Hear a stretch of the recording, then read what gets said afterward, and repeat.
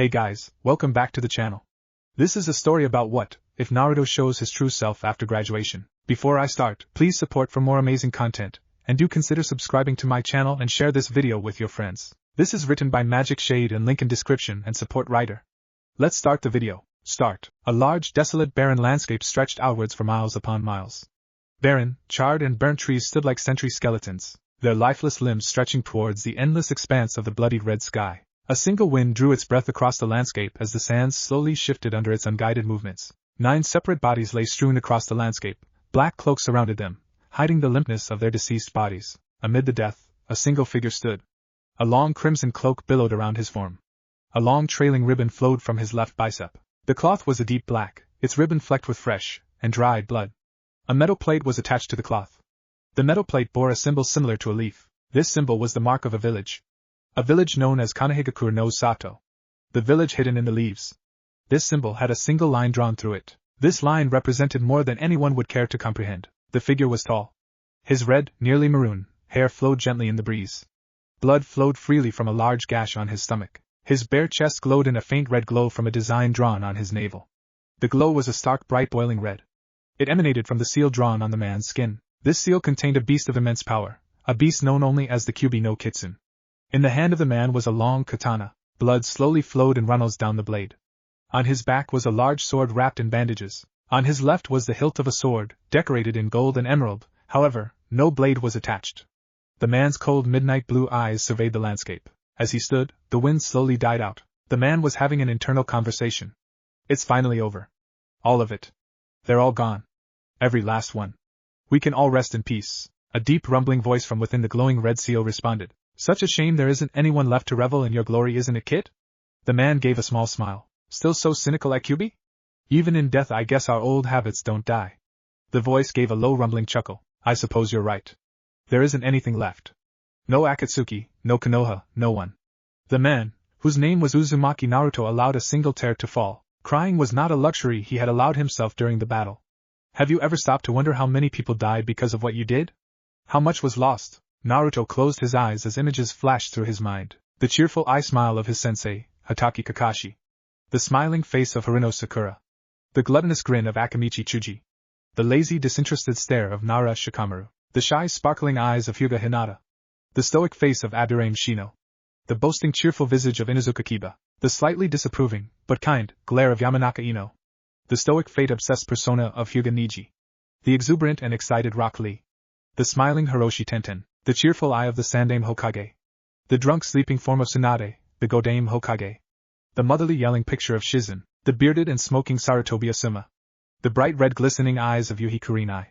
The many faces of the citizens of Konoha. The hundreds of thousands of people across the elemental countries who had been killed in the rampage of the Akatsuki. Too much. Kyuubi nodded. Those 2 words held so much within them that it was nearly impossible to comprehend what they truly meant to him. The Kyuubi listened as Naruto began to speak once more. I suppose that it's time I held up my end of the bargain, isn't it, Kyuubi? The Kyuubi blinked. It hadn't truly expected him to be willing to release him, even after it was all said and done. And release me to what? This giant, endless wasteland?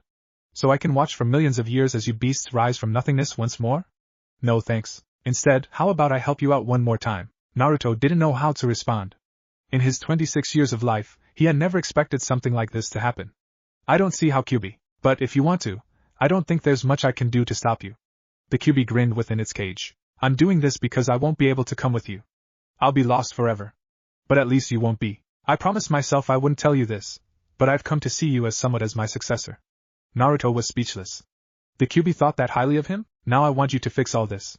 When I come back again, I want it to be in a world worth living. Before Naruto could ask exactly what he was going to do, a bright red and blue light engulfed him. The last thing he remembered before losing consciousness was a white stucco ceiling and pale canary yellow walls, and an uncomfortable bed and a lumpy pillow underneath his head. And, start. The Sandame Hokage stood over a small futon in a small dilapidated apartment. The white stucco ceiling was cracked and breaking, and the pale yellow walls were fading in color and sported several large holes. A rickety table stood on a peeling linoleum floor. A wheezing and coughing refrigerator stood near it. The counter was rotted and dirty, and the stovetop was cracked and broken in many places. The sink was dented and rusted in many areas. The carpet was thin and worn and had been beaten through in several places, leaving large holes in the fabric. The window panes were dark and smudged, and the wood paneling was thick and peeling with absorbed water. As Sarutobi observed these things, he couldn't help but feel at least a little bit responsible. Although Sarutobi had tried to prevent the mistreatment of Naruto, there was very little that he could do. When he had been younger, Naruto has frequently received beatings and attacks.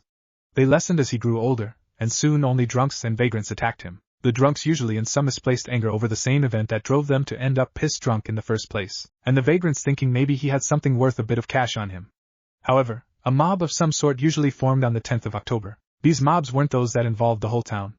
Mostly just a decent-sized group of those who had just lost a fortune on some form of betting, just won a fortune on some form of betting, those who were drunk off their rockers, and those who simply had nowhere else to go. These mobs came together for a single intent and purpose: the death of one Uzumaki Naruto. Now, these mobs never made much progress. As soon as someone started chanting, "Kill the demon," they were being tracked by ANBU, and as soon as someone stated the name Uzumaki Naruto, as the intended recipient of the mob's misdirected feelings, they themselves became recipients of their own intents. The third's decree was swiftly executed with extreme prejudice in the village of Konoha. The boy Naruto was under the protection of the decree, which read as follows: any person or entity, other than Uzumaki Naruto, who chooses to reveal the secret of the containment of the Kyubi no Kitsune within Uzumaki Naruto will suffer from the highest form of capital punishment under the orders of the third Hokage for reasons of subterfuge, treason, revealing level S-class village secrets, and endangerment of civilians and shinobi. Any person may be redeemed from this punishment only under the request of Uzumaki Naruto. Any citizen of Konoha seen or noted as mistreating, or acting in prejudice, against Uzumaki Naruto will suffer from a monetary penalty or carnal penalty depending on the severity of the action. Any citizen seen committing an act of aggression or violence against Uzumaki Naruto, with the intent to severely harm, injure, wound, or kill Uzumaki Naruto will suffer from the same punishment as revealing the secret. This decree may only be repealed by the will of Uzumaki Naruto, or in the event of his death, the current Hokage. Signed, Sarutobi Sasuke, the third Hokage. The death toll in Konoha had risen a striking 57% after the issuing of the decree. Most of these deaths were from misguided and misdirected souls who were attempting to kill Naruto in order to act out some form of vengeance against the beast who had demolished part of their beloved village. The other part originated from assassination attempts. These attempts often came from Iwa or Kumo, two shinobi villages that Konoha was not on good terms with. However, in each attempt, the assassin held no ties with any village, and there was no paper trail leading back to a possible source. However, Konoha suffered several budget deficiencies shortly after attempt. It was labeled as a filing error, or a misjudgment about how much things purchased had actually cost. There was never anything to link anyone back to the scene. Sarutobi had done all that he could to prevent things like that from occurring once more.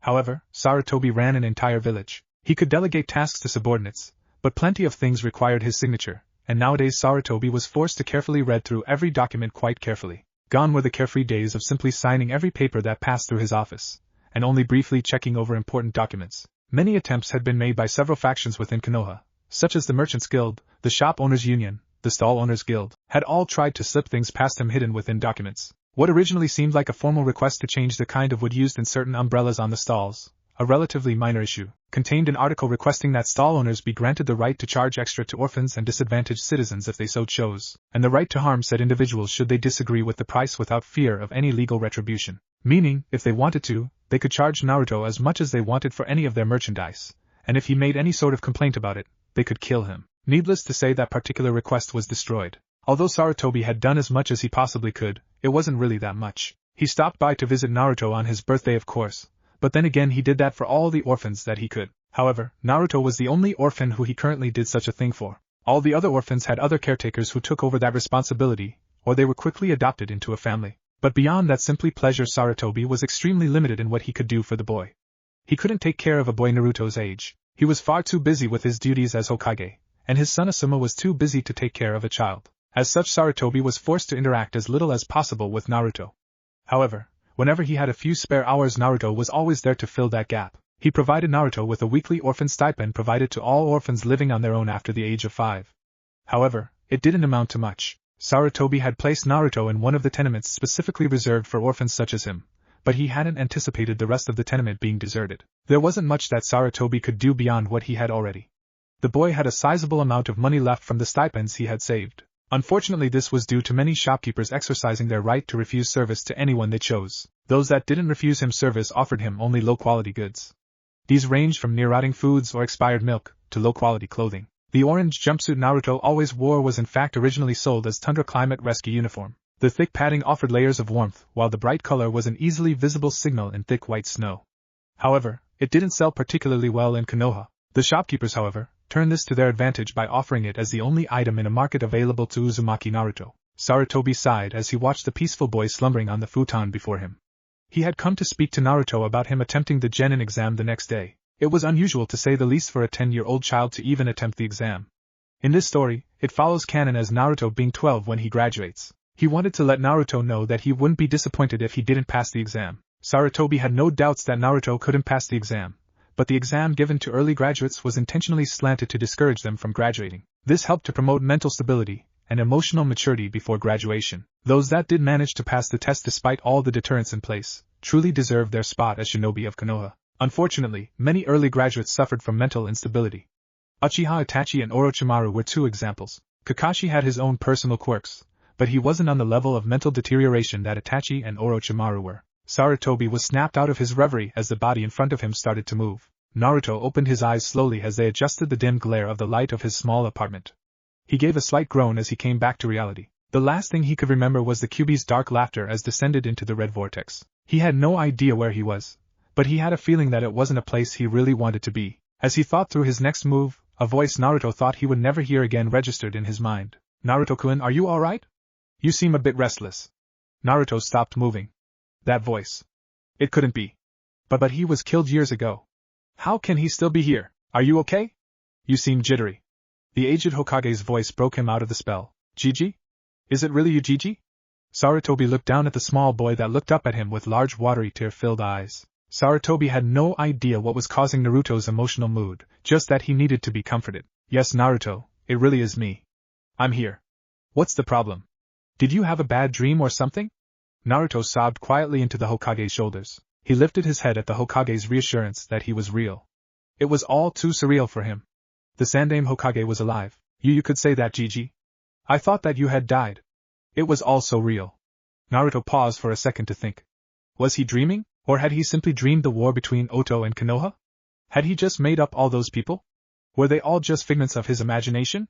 He had one way to test it. He had to ask the Hokage the day. If it was the day after his genin exam, great. That meant it was all a dream. If it wasn't, then Naruto had some serious thinking to do. "Gigi, what day is it?" The Hokage looked surprised that he would ask such a question. "It's April 23rd. Tomorrow is the genin graduation exam.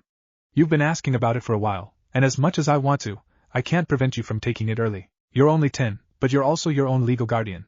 I just wanted to make sure you understood just how big of a step this is. If you pass this test, you'll legally be considered an adult in Konoha. You'll be able to drink, smoke, publicly carry and or display weapons, and you'll be allowed into the more adult establishments." Sarutobi cleared his throat at Naruto's incredulous expression. This talk hadn't happened the first time he had run through this timeline. "Not that I expect you to participate in that sort of thing. Anyways, I just hope you understand what you may be getting yourself into." Naruto smiled at Sarutobi's kind and caring words. He had missed the comfort that his grandfather figure had provided before his untimely demise at the hands of a certain snake, Sannin traitor. "It's alright, Gigi. I understand the responsibilities that come with being a genin of Konoha." Sarutobi smiled. "So I presume you're going to wait the extra 2 years for supplementary academy training and try again later?" Sarutobi breathed an internal sigh of relief. Not having to worry about Naruto being a genin for another 2 years was a weight off his shoulders. "Hell no! I'm taking it tomorrow. You just watch me, Gigi. I'll be the greatest genin that Konoha's ever seen." The weight that had just been lifted from Sarutobi came crashing back down. "I'm sure you will, Naruto. Now, if you'll excuse me, I have preparations to make for the new class of incoming genin." However, Sarutobi's thoughts at that moment were far from deciding which genin would be assigned to which sensei. He was focused on Naruto's statement. As he left the small apartment building, he remembered Naruto's words, "I'll be the greatest genin Konoha's ever seen." Under his breath he spoke quietly to himself. "And that's exactly what I'm afraid of, Naruto." Naruto sat on his futon, alone. The Sandaime had left a few minutes ago, leaving the apartment nearly empty and devoid of life. Naruto had some thinking and planning to do. He stood up, gave a stretch to work out the soft muscles in his arms. He really had to get back into shape. Even if he was only 10 years old, he was still quite weak, and probably indefinitely slow too. Sighing, he walked to the small room he used as a bedroom. There he rummaged through an old shelf before pulling out a slightly dusty, but fairly well taken care of scroll. On the small writing desk he found a large pile of empty ramen cups, dirty clothes, and old sheets of paper. Doing the intelligent thing, he simply shoved it all off of the desk into a corner. Luckily, an unopened inkwell still rested in the corner of his desk. Atop the small cabinetry on the desk he found a black quill. Opening the scroll, he unstopped the inkwell and dipped the quill into it. He would have preferred a brush, but this plain script, not calligraphy or kanji, However, his years of extensive work in seals had driven a deep comfort of using a brush into him. Despite his slight discomfort at using a quill, Naruto quickly began writing things out, speaking to himself as he often did while he worked. Alright, let's see. Apparently Kyuubi's jutsu worked, and I've been sent back to a time where I'm 10 years old. Fun.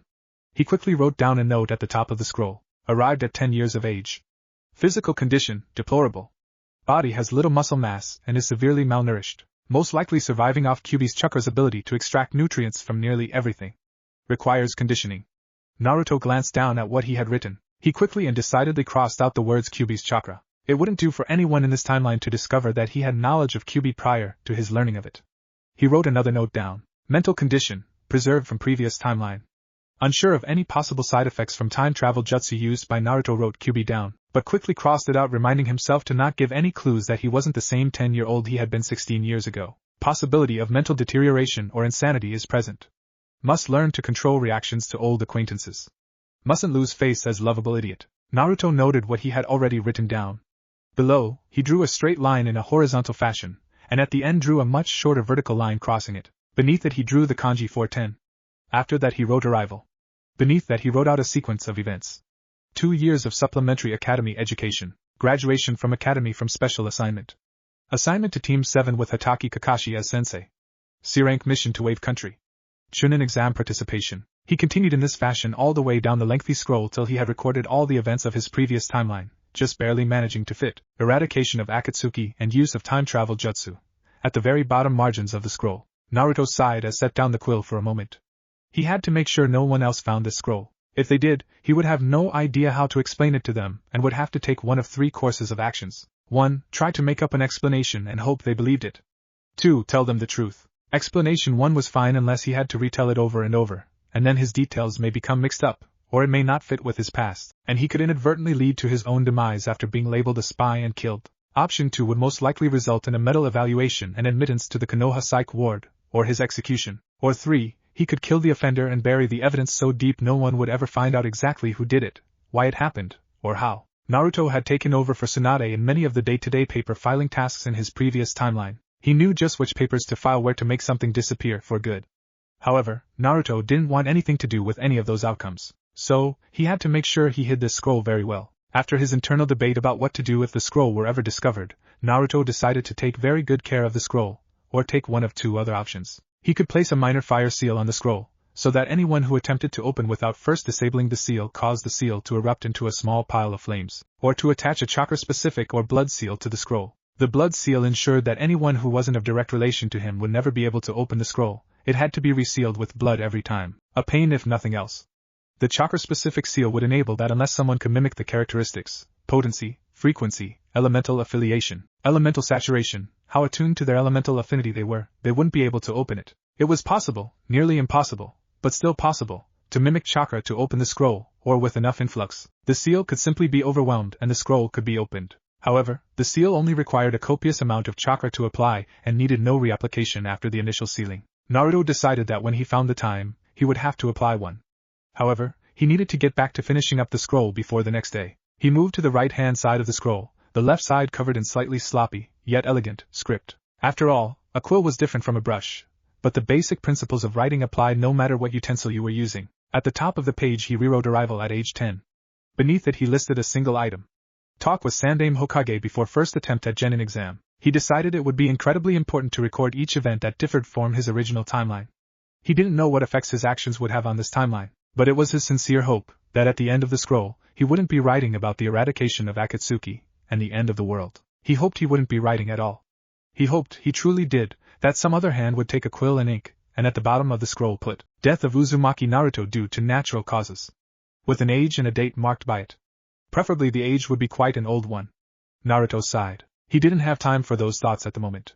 He glanced over at a small chakra-powered clock hanging on his wall. It was worn and busted in several places, and it consumed more chakra than it should have needed, but it was still fairly reliable. It was missing a second hand, and the hour hand was missing nearly half of its length, but was still fairly decipherable. The minute hand rested around where the 9 should have been placed, while the busted hour hand pointed vaguely near the 6. Almost 6 o'clock? I've got some time to burn. But what to do while I wait? Sarutobi sat behind a large mahogany wood desk. Its immaculately polished and shined surface reflected Sarutobi's face in all of its age and wear. He sighed as stared down at the reflection, willing it to just stop staring at him. He looked over at a stack of 27 immaculately written genin exam forms. Each one was written in careful flowing calligraphy and signed with an immaculate name on the dotted line. Sarutobi slowly worked his way through the pile, stamping each one with a rubber seal showing that he approved for each student to participate in the exam. It was more of a formality than anything. As he reached the bottom of the perfectly white and stain-free papers, there was a single grubby sheet of paper at the bottom. It was wrinkled and covered in stains from what appeared to be soup broth. The handwriting wasn't exactly calligraphy, but it was fairly passable. The signature was also present.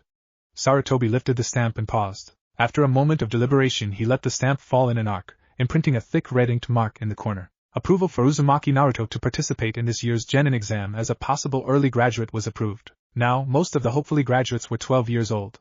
However, Naruto was only 10. Now, this was not due to an attempt by the teachers to put him in a class so far above his current knowledge that he wouldn't stand a snowball's chance in hell of passing. It was in fact due to the same reason that Naruto was being given a chance to graduate early. Simply put, he was an orphan. Most children began the academy at the age of 8.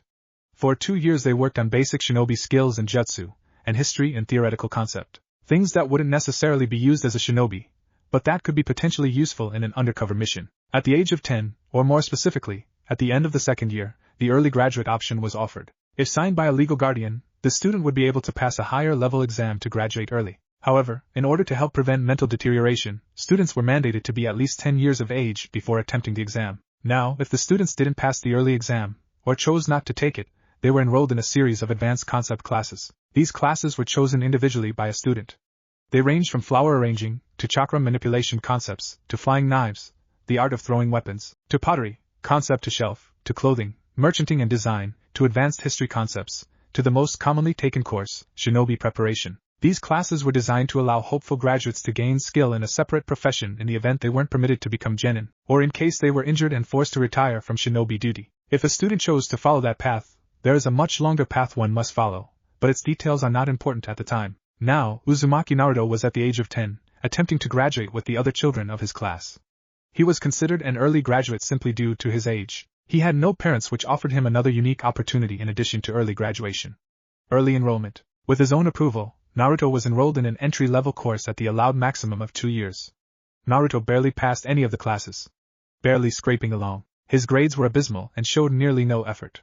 However, due to the particular curriculum, a student could not be forced out of the academy due to low grades. The only things that warranted expulsion were aging beyond the academy's limits, and as a disciplinary action taken by the Hokage for certain, or repeated, offenses. Naruto, during his 4th year, took no supplementary civilian courses, instead opting for the purely shinobi course. This was the sign of either an incredibly dedicated shinobi in training, or someone incredibly ignorant and thick-skulled. Naruto was considered by many to be both. In his original timeline, Naruto failed the genin exam twice due to his original inability to perform a bunshin of any sort, but also in part due to the surreptitious efforts of his teachers to sabotage his skills. It was done partially in vengeance, but also partially in boredom. These acts ranged from switching his textbook with one missing large sections, to handing him a different test, to calling him out of class at the most inopportune moments. However, despite all of that, in his original timeline, Naruto had managed to overcome his disadvantage, with a slight nudging from Mizuki to take action, an action such as stealing the scroll of forbidden seals.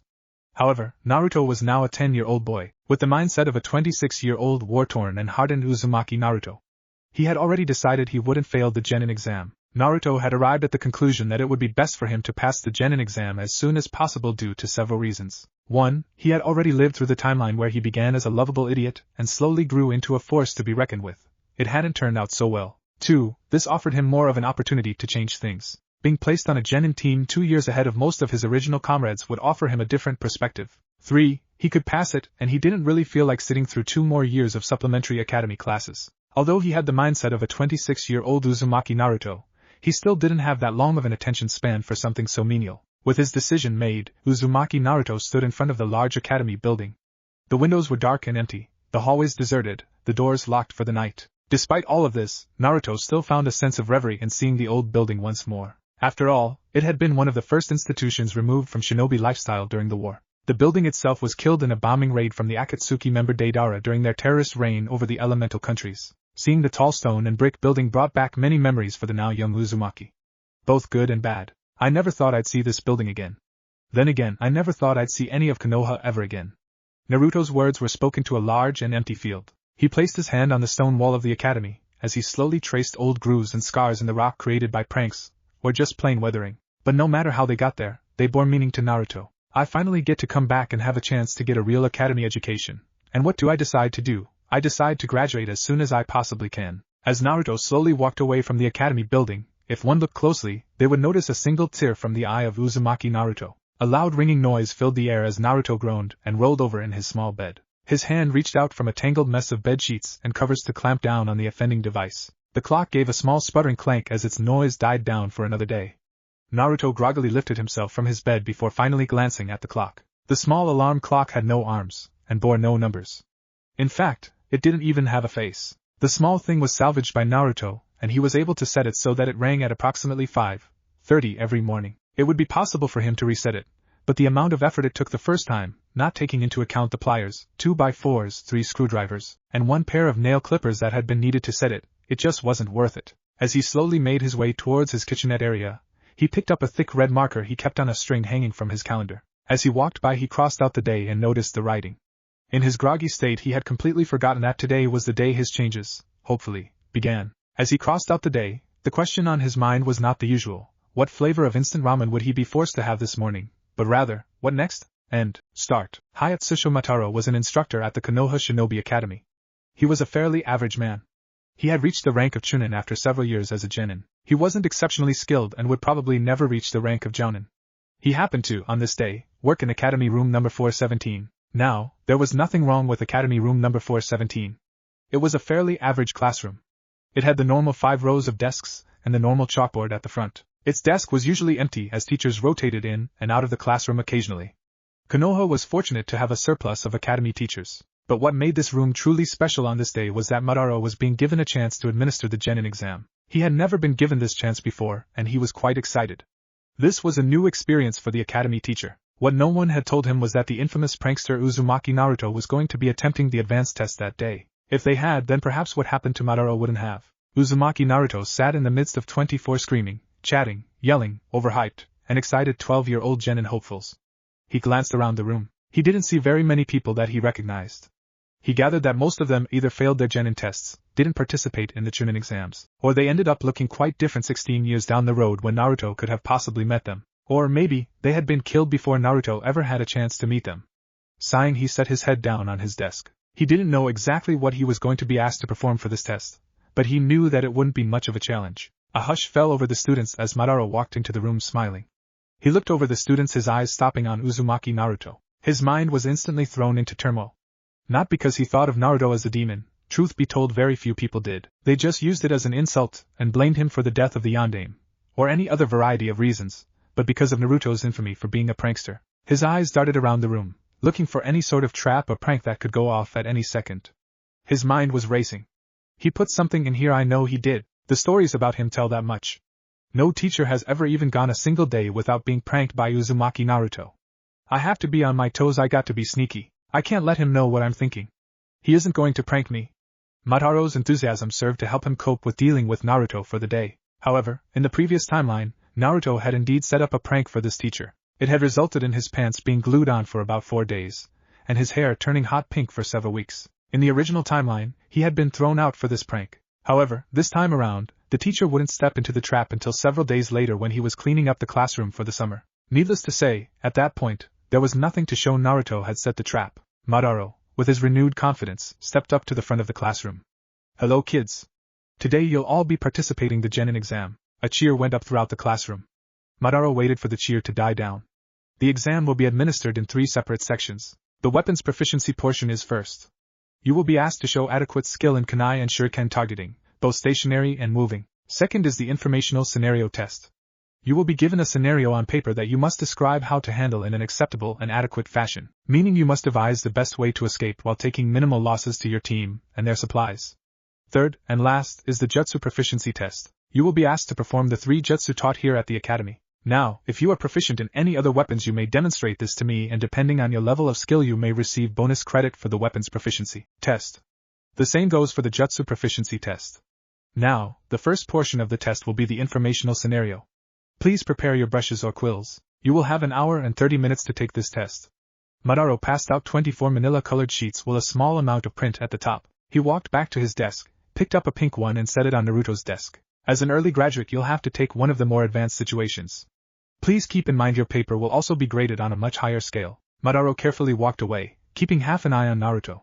He didn't know when he would try anything. However, all he saw was Naruto give a small smile before picking up a brush and dipping it into the inkwell on his desk. Naruto looked at the scenario before him. You and your team were participating in an undercover intelligence gathering mission deep within IWA territory. You have just been discovered. A squad of 9 A and B level IWA nines are approaching your location. Your team is comprised of 3 jounin and 2 chunin. All of you are low on chakra, inhibiting the use of all but the most basic jutsu. You each have a supply of 5 kunai and 7 shuriken. You have 3.5 minutes to prepare for the arrival of the IWA nines. You also have very valuable information that must be delivered to the Hokage at all costs. A recovery team is waiting several miles outside with extra supplies and support. Your objective is to deliver the information, contained in a concealed scroll, to the recovery team while suffering minimal losses. Naruto looked at the question. He pondered just exactly what a team under those conditions could do. This question was nearly impossible for a genin to complete, explaining its presence on the advanced test. Naruto quickly began brushing down his answers. Each member of the team, using what remaining chakra they can, must create as many normal bunshins as they can, while leaving enough excess chakra to perform an extended henge. Have the bunshins split up and divert across the city, attempting to draw the attention of the IWA nines. Using an extended henge, the true shinobi must transform into common insects or animals found in the area. While under the henge, they must escape the building and head towards the recovery team. Their exceedingly low chakra levels will allow them to blend in more easily with local wildlife, preventing the IWA shinobi from tracking their chakra signatures. With the additional time bought by the bunshin, the shinobi should have adequate time to reach the recovery team while suffering minimal losses. Naruto looked over what he had written.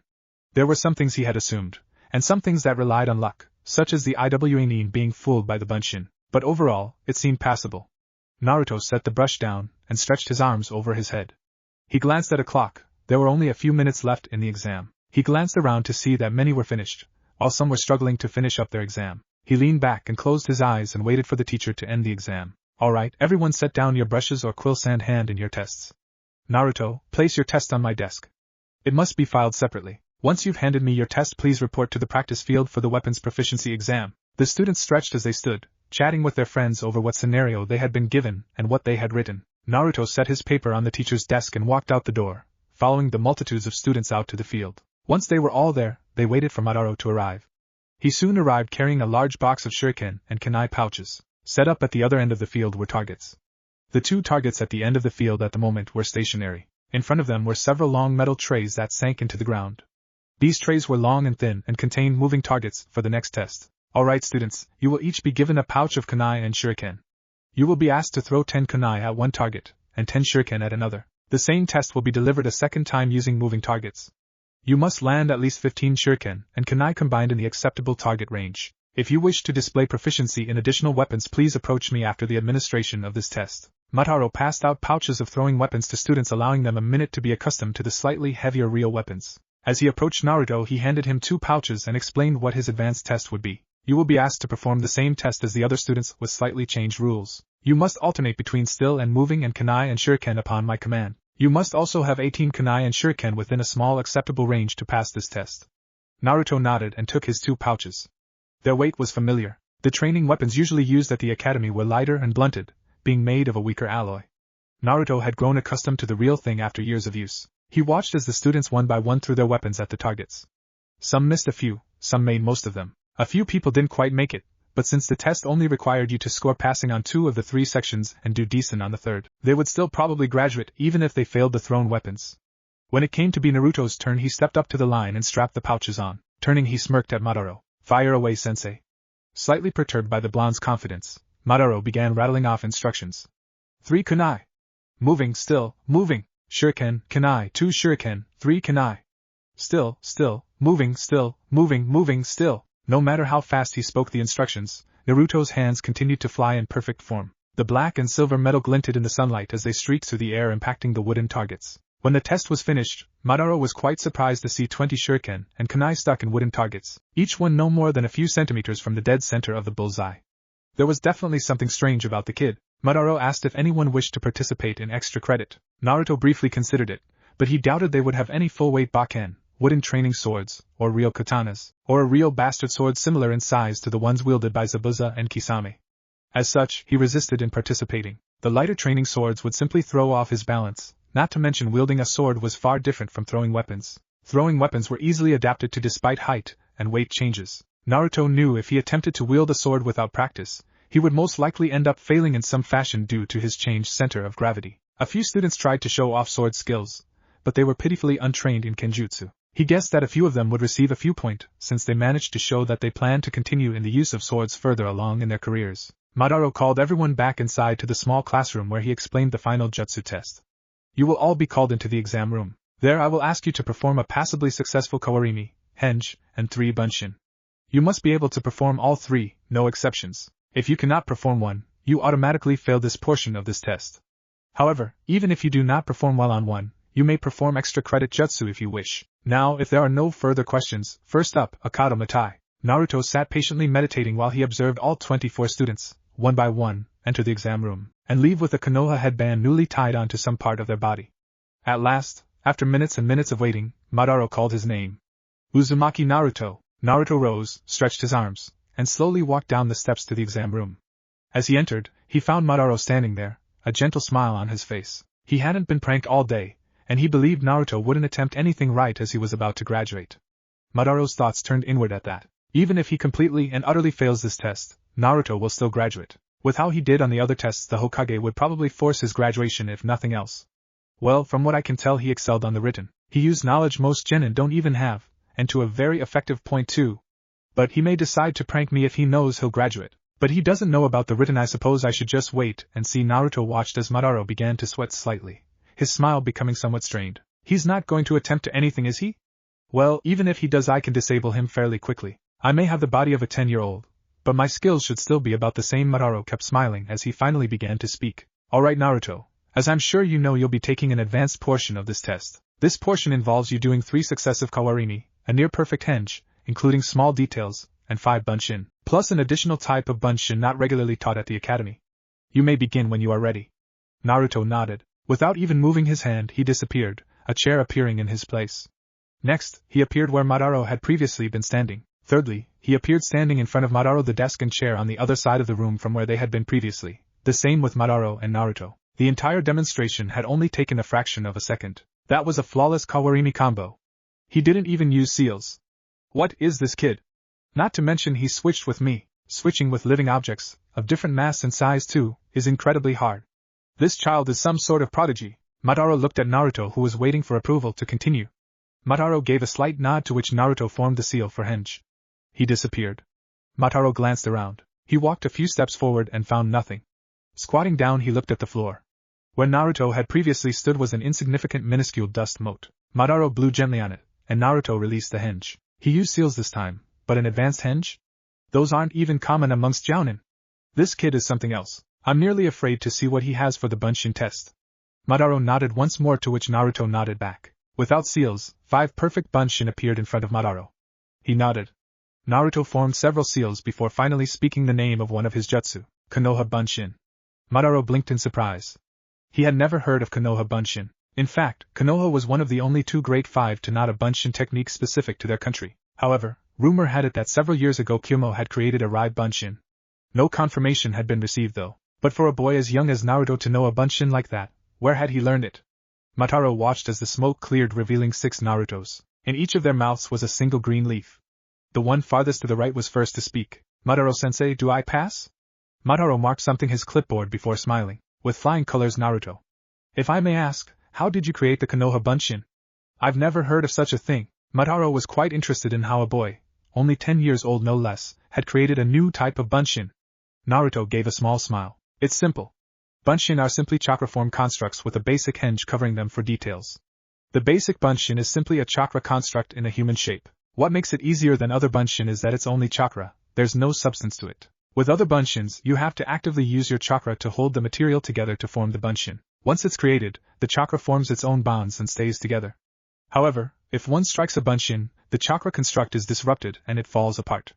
Madara nodded. He understood basic concepts behind bunshin, but he had never thought to apply it to leaves. Now, the Konoha Bunshin also have another interesting property. Madara raised his eyebrows. He wanted to hear this. Naruto reached out a hand and punched a Konoha Bunshin in the face. However, the puff of smoke and scattering of leaves Madara expected never came. Instead, the bunshin merely shook its head and continued to smile. Mataro was shocked. This child had created a new type of bunshin that wasn't destroyed in one hit. Forget prodigy, this kid was a legend in the making. But how? Bunshin are disrupted when you hit them. Mataro knew the kid had to have some reason behind how this worked. It's the leaves. Mataro's face merely showed puzzlement. Leaves have their own basic chakra circulatory systems since they were once living. As such, the chakra doesn't need to cling to itself to hold itself together. It flows through the leaves. Of course, enough damage to a clone will disrupt it, but it can survive multiple hits. However, unlike the Kage bunshin and other forms such as the Tsuchi and Nizu bunshin, the Konoha bunshin lacks attacking power. While other bunshins are made of a solid or similar material held together by chakra, Konoha bunshins are made of individual leaves, while other bunshins are masses. As such, when a Konoha bunshin attacks, it's the equivalent of a leaf hitting you in a breeze. Because Konoha bunshin are simply that. Leaves. Mataro nodded dumbly. This boy understood concept, creation, utilization, and weaknesses of his own jutsu, which, believe it or not, many ninja overlooked, and he knew about Kage bunshin. This boy was truly a genin in a class of his own. Well, Naruto, I think it's safe to say you pass with flying colors. Needless to say, your Konoha bunshin technique will be put on record with you as its originator. Also, I'm putting in a recommendation to the Hokage. I believe you need to join a genin team in their second or third year in the field. Your abilities surpass that of a normal genin. Now, here's your headband. You are dismissed for the day. Please report back here tomorrow for your team assignment. Naruto bowed and accepted the headband. Tying it around his neck, he thanked Mataro and exited the exam room. A loud yippee could be heard not long after. Despite being mentally 26 years old, Naruto still couldn't help but be happy at becoming a ninja. It was a marked change from his last life, one that would hold many surprises for him in the future. The Hokage's office, 1 hour later, 1800 hours. Mataro entered the lobby of the top floor of the Hokage Tower. Bowing to the receptionist, he spoke in a respectful tone. Miki-san, would you please inform the Hokage that I have arrived with the results of this year's genin exam and wish to discuss the results and team placements with him? The green-eyed woman behind the desk gave Mataro a small smile, while brushing a strand of brown hair out of her eyes. Of course, Mataro-san. The Hokage has been expecting you. I will notify him that you are here. Miki stood up and walked to the wooden wall behind her. Sliding open a panel, a small circular seal was revealed. Channeling a small amount of chakra into it, Miki spoke into it. Hokage-sama, Mataro-san is here with the results of the genin exam and wishes to speak with you. She paused for a moment before sliding the panel closed. The Hokage will see you now, Mataro-san. Please go in. Mataro nodded to Miki and opened the door to the Hokage's office. Stepping inside, he approached the Hokage's desk. The Hokage had already cleared his desk in anticipation of his arrival. Mataro bowed to the Hokage. It is an honor to have the privilege of organizing team placements with you, Hokage-sama. The Hokage just waved his hand in a nonchalant manner. Have a seat, Mataro-kun. And please call me Sarutobi. Mataro nodded and pulled up a chair to the other side of the Hokage's desk. Now, what do we have to work with this year? Mataro nodded and set out 9 stacks of folders, 3 manila folders in each one. Except for the last one. The last stack was a single pink-colored folder. I believe these would be the best team placements, Sarutobi-sama. I have organized the students into balanced groups based on their abilities, scores, class rankings, and future prospects. Sarutobi nodded. It didn't seem fair, but it was sometimes necessary to place 3 students who were likely to continue as shinobi together, and group 3 who weren't likely to make it. As much as it was looked down upon, it helped team unity and morale among better prospects. Sarutobi looked over the groups, leaving the pink folder alone. He occasionally moved one folder from one stack to another, switching a few around. Overall, very few changes were made. Well, Mataro-kun, what do you think of these placements? I believe that with a little added direction these groups may work out in a better fashion. Mataro looked over the groups, nodding at each one. You are correct, Sarutobi-sama. These would work well, but why the extra focus on generalization over specialization? Sarutobi took out his pipe, lighting it with a small flick of fire chakra from his finger. Taking a deep breath, he slowly exhaled, creating small smoke rings. I chose to focus them more on generalization since Konoha is lacking in many skills. Weapons and taijutsu masters are severely lacking at the current time. With generalization, we offer genin more of a chance to choose what they wish to pursue, rather than what they're directed towards. Mataro nodded. Without impending war, it wasn't necessary to force specialization.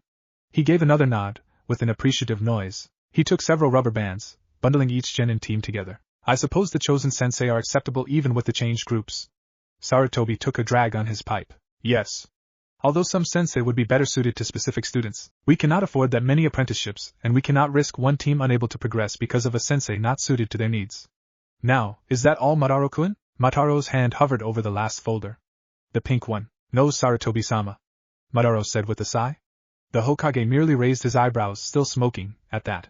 He hadn't expected anything else. And what else is there for us to discuss, Madara-kun? The Hokage's face was light and jovial, the face of a friend. It is concerning Uzumaki Naruto's early examination. The Hokage's face suddenly became stern and serious. He had far too much experience dealing with those attempting to sabotage Naruto. He didn't take lightly to matters concerning him. Yes, what about his exam? The Hokage left the statement hanging. It sounded more like a threat than a question. I do not believe that Uzumaki Naruto should be placed on a New Year genin team. He doesn't have the skills for it. This caused the Hokage's eyes to gain a dangerous glint. Why is this, Madara-kun? It wouldn't be due to his tenant, would it? I also hope you're not trying to undermine Naruto's efforts by understating his skills either. The Hokage's statement was a dangerous one, promising pain if Madara was attempting anything along those lines. And no, Sarutobi-sama. I believe he should be placed in a third-year genin team, or a 2-year team at least. His skills are far above a genin's. I would suggest putting him in the Chunin exam as a serious competitor if he wasn't so young. This caused the Hokage's eyes to widen. This man, he realized, did actually see Naruto as Naruto. And why is that, Madara-kun? The Hokage's tone no longer held any venom. It was instead a more caressing and questioning melody. Madara picked up the pink folder and handed it to the Hokage. If you would review his file, I believe you will see why I recommend this placement. The Hokage accepted the folder and began to read over his performance. He was first astonished by the written portion. Chakra sensing isn't discussed in the academy. That's training begun at Chunin. How would Naruto know about that? There's no way he could have eavesdropped on those conversations. They're held privately with teams. I'll have to speak with him about it. Sarutobi continued on, his pipe nearly falling out of his mouth at the sight of Naruto's weapon scores. A genin, no, an academy student scoring a 20-20 on that test is unheard of. Most genin failed the early test because of that. Even some Chunin have trouble scoring perfectly, and he was so close to the bullseye too. Sarutobi's surprise that the first 2 tests was nothing when he read about the Jutsu test. This time, his pipe really did fall out of his mouth. He created his own Jutsu? At 10? Not only that, but he can effectively explain the Bunshin chakra construct. It seems I have greatly underestimated you, Naruto. Perhaps I should have a talk with you. Clearing his throat, and picking up the fallen pipe, the aged Hokage spoke slowly, carefully, and with remorse. Unfortunately, no genin teams are lacking a member at this time. Perhaps after the Chunin exam Madaro's face became downcast. But he's such a promising student, Sarutobi-sama. Couldn't we put him on 4th member rotation till a spot becomes available? A talent like this shouldn't be wasted. Not on waiting 4 months for the Chunin exam, Sarutobi sighed. I agree. But I don't think 4th member rotation would give a mind like this the attention it deserves to grow. But perhaps I have another solution. Reaching under his desk, Sarutobi focused chakra into one of many seals on the underside of his desk. This one was marked with the kanji for retrieval. Nearly instantly 4 men or women, their gender was undeterminable, appeared before the desk wearing animal masks and long black cloaks. You called for us, Hokage-sama? A low rumbling, slightly mechanical voice emanated from the mask. It was then that Madara realized who these people were. They were the Umbu, the elite assassination force of Konoha. The voice changers implanted in the masks to hide their identities were somewhat of a giveaway. The Hokage nodded towards the figures. Raven, Rabbit, Rat and Robin. I wish for you to retrieve Hatake Kakashi for me. Now. The figures nodded. The Umbu live to serve and protect. To retrieve. Raven spoke. The Umbu live to serve and protect. To return. Rabbit spoke. The Umbu live to serve and protect. To rescue. Rat spoke. The Umbu live to serve and protect. To repay. Robin spoke last. In a singular mechanical rumble they spoke at once. The Umbu live to serve and protect. Retrieval. Umbu, disperse. At once they all disappeared from the room in a shimmer of black cloaks. Sarutobi just sighed. Sarutobi-sama, are they always so eccentric? Yes, Madara-san, they are. Although their names all begin with R, and they are all retrieval Umbu, they are some of my most highly dedicated and skilled Umbu. I just sometimes wish they were more normal. And then I think of what life would be like if they were. And I let things be. Mataro gave a small chuckle. As he laughed, a thud was heard behind him. Turning in his seat, he saw the body of one of Konoha's most skilled shinobi, the copycat shinobi, Hatake Kakashi, lying on the floor in a heap. Standing over him were Raven, Rabbit, Rat, and Robin. Mission completed, Hokage-sama. Permission for open-faced leave? Sarutobi nodded at Raven's request. The Umbu reached up, removing their masks, revealing feminine faces. Kakashi groaned. You asked for me, Hokage-sama? Sarutobi nodded, a smile spreading across his face. Yes, I did, Kakashi. What made you so sure? He looked up with his one eye, giving that familiar eye smile. You only send the R's if you're looking for me. Sarutobi chuckled before motioning with his hand. The Umbu nodded before disappearing once more. Now, what do you need, Hokage-sama? Sarutobi took a large puff of smoke before speaking. I believe you may be able to aid us on this subject we were currently discussing. What do you know of shinobi apprenticeships? Naruto's apartment. After the genin exam 1745, the door to Naruto's apartment opened with a soft click as he entered the small area. He flipped a switch next to the door, causing a pale yellow light emanating from the small bulb to fill the room. Smiling, he slowly made his way to the writing desk in his room. Reaching down, he tapped the front of a drawer 4 times. He opened it slowly and carefully. He reached over to the side and tapping a side, it fell off, revealing a small and new side. A seal was drawn on it. Focusing chakra to the seal, a scroll appeared in Naruto's hands. Storage seals were exceedingly simple, and having practiced them for upwards of 12 years, writing one on the inside of his desk was of no consequence or trial to Naruto. Unraveling the scroll, he placed it on the desk. Reaching over, he picked up a quill. He unstopped the inkwell and dipped the quill in once more. He moved down the scroll a ways, before stopping next to a note. Age 10. Failed genin exam. On the column next to it, he added, passed genin exam. He looked over the events of his previous life. There weren't very many important ones early on. He realized that it would many more age annotations this time around. Giving a smile at how much better he believed this time around was going to be, Naruto stopped the ink bottle once more, and set the quill aside. After storing the scroll back in its seal, Naruto laid on the couch, absently running his finger across the headband. He noted how all the nicks and notches he remembered from his old one were missing. It was similar to his life, he thought. In his previous life, he was fulfilling expectations. He was living up to what he expected to be. In this life, he was starting anew. A fresh start. A new headband. Start. Hokage Kakashi was a shinobi of renown. He was known throughout the 5 great villages as Sharingan Kakashi, the copycat ninja, Kakashi of the Sharingan Eye, the false Uchiha, and many more names. He was known for having copied almost every single jutsu he had ever seen. His implanted Sharingan Eye, gained from a fallen comrade in a failed mission in IWA years ago, allowed him to collect information on any jutsu he saw. He used this to great effect, turning shinobi's own jutsu against them in a battle. However, besides its obviously powerful effects of copying jutsu and other techniques, the biggest advantage given by a Sharingan Eye was the psychological advantage it offered. He had worked as an Anbu captain for years, often administering tests to prospective genin teams, saying that if they passed he would work as a Jounin sensei. However, with his recent step down, a nice way of saying he wasn't fit for Anbu duty anymore, he had inadvertently opened himself up for an apprenticeship, something he never really wanted a part of. Apprenticeships worked much in the same way that genin teams did, excepting the fact that an apprenticeship was one person along with their teacher, rather than a team. It was more common among specialists than generalists like Kakashi. Many expected Yuhi Kurenai to later become a genjutsu specialist and to apprentice certain students to her art. Another aspect was that many apprentices were chunin or newly ranked jounin. Genin often didn't have enough experience or developmental growth to be considered for an apprenticeship.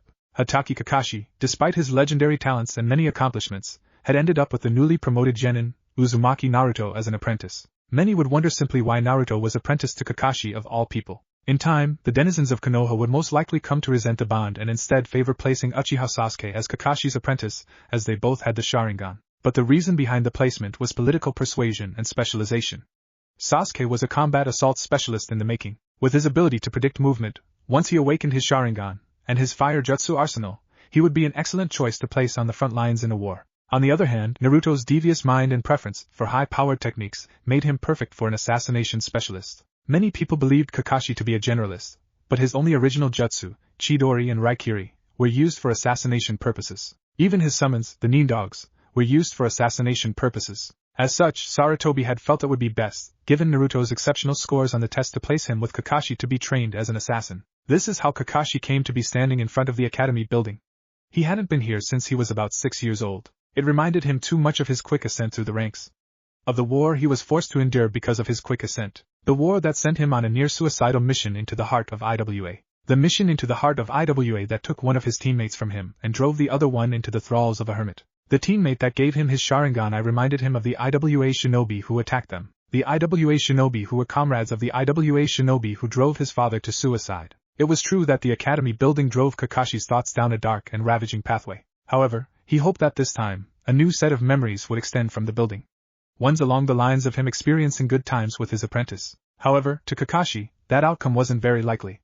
Instead, his mind was filled with past memories of squads being driven into the mud and dirt, their faces streaked by tears and blood, their minds filled with turmoil and depression as the Hokage denounced them as ninja and rejected them from the program. In fact, one of those students had gone on to form a very successful restaurant business. Kakashi often visited the restaurant to speak with the former student and to laugh for a few minutes. Another former student had gone on to be a traveling merchant. He had laughed in the face of danger which caused him to fail as a ninja. On a trip through the dangerous grass country he refused to hire a guide and ended up dying from ingesting several poisonous plants. In this collage of memories, Kakashi couldn't remember a single team, or student, who had been up to his standards, and this saddened him, because for all his showing off and for all his attitude and nonchalance, inside Kakashi was a wreck. He was alone in the world, and even with his little orange books to shore up his emotional wreckage, he still had an empty hole in his heart. Kakashi stepped up to the door of the academy, and glanced at the sun in the sky. He was, in fact, early. Thinking quickly of the memorial stone with Obito's name on it, Kakashi turned to leave. It was his duty to pay homage to his fallen comrades. However, at that moment, a moment from his past flashed through his mind. It was one he had all but forgotten through the years. Flashback. A young Kakashi sat on a stump next to his two teammates, Inuzuka Rin and Uchiha Obito. A tall blonde figure known as Namikaze Minato, the future fourth Hokage, stood grinning in front of them. Behind him was a large obsidian stone. Its face was covered in hundreds of tiny names, carved with the exact precision of the Aburain carvers. Minato had called the team's meeting at that particular location for a reason. He had decided it was time that they all got a lesson in humility. Alright, do any of you guys know what this is behind me? Rin and Obito's faces were clueless. Only Kakashi seemed to know what it was. It's the memorial stone, Minato-sensei. Minato smiled and nodded at Kakashi's declaration. He turned his back to them and looked at the large stone. The names of all of Konoha's greatest heroes are carved into this stone. This shinobi are held in the same prestige as every single legendary shinobi Konoha has ever produced. Their esteem is perhaps second only to that of the Hokage. At this, Obito began to grin. My name will be on that stone one day. I'll be remembered as one of Konoha's heroes. Minato didn't even turn at his student's declaration. They are remembered this way for being KIA. Do you know what that means, Obito? Obito shook his head. He didn't have any idea of what it meant. Without turning, Minato spoke again. It means killed in action. Every single name on here is one of a shinobi who was killed in service of Konoha. Rin and Obito's faces were shocked. Kakashi's, however, stood still and unmoving as ever. Take back what you said now, Obito. Kakashi's voice, although seemingly emotionless, held the barest hints of a mocking tone. At this, Obito's face became stern. No. Even Minato seemed surprised at Obito's declaration. Taking it back would dishonor those who have died. Dying in combat is an honorable death for a shinobi. I'd rather die fighting than lying in a bed old and helpless. If my name ever graces that stone, then I want it to serve to show people that Konoha shinobi aren't cowards, and I'd want them to remember that I sacrificed what I had to for the village, not that I was dead. Minato smiled at what Obito said. That's quite a declaration for you, Obito, and I'm proud of it. You have the true heart of a Konoha shinobi. Obito grinned as Minato ruffled his hair. Kakashi huffed and turned away. None of them knew that less than half a year later Obito would be lying, barely alive, underneath a rock, and that his name would end up on the stone like he said it would.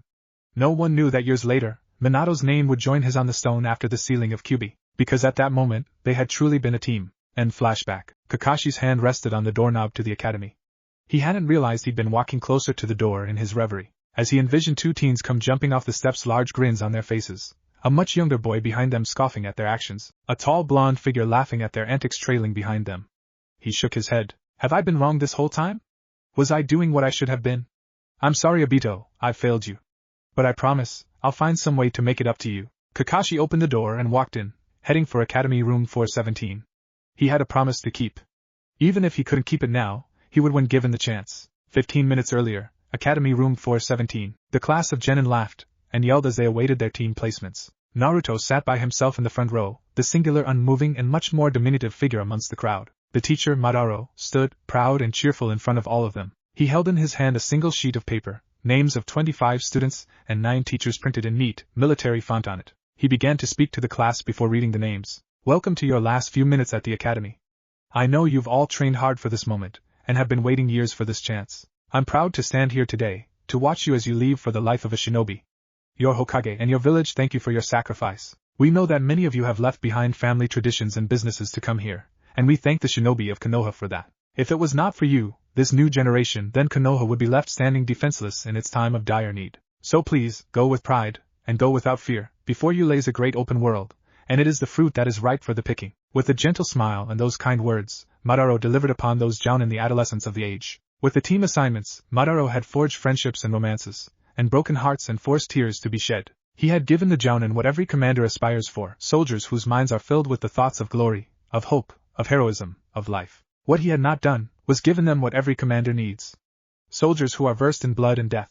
Soldiers who can cut a swath through enemy lines, the glistening blood raining down on their bodies, the faces of abject terror staring back at them, eyes slowly glazing over in a blank film, their blood slowly cooling into a miasma of flesh and death. All the while, their eyes kept straight forward, never blinking, their minds untouched by the multitude of death that threatened to engulf them. No, Madara had unwittingly driven 7 of those genin to their deaths. Their first E-rank missions, they rushed headlong into the fray, hopes of glory filling their wits, leaving no room for sense. They were cut down in a glint of steel without a second thought.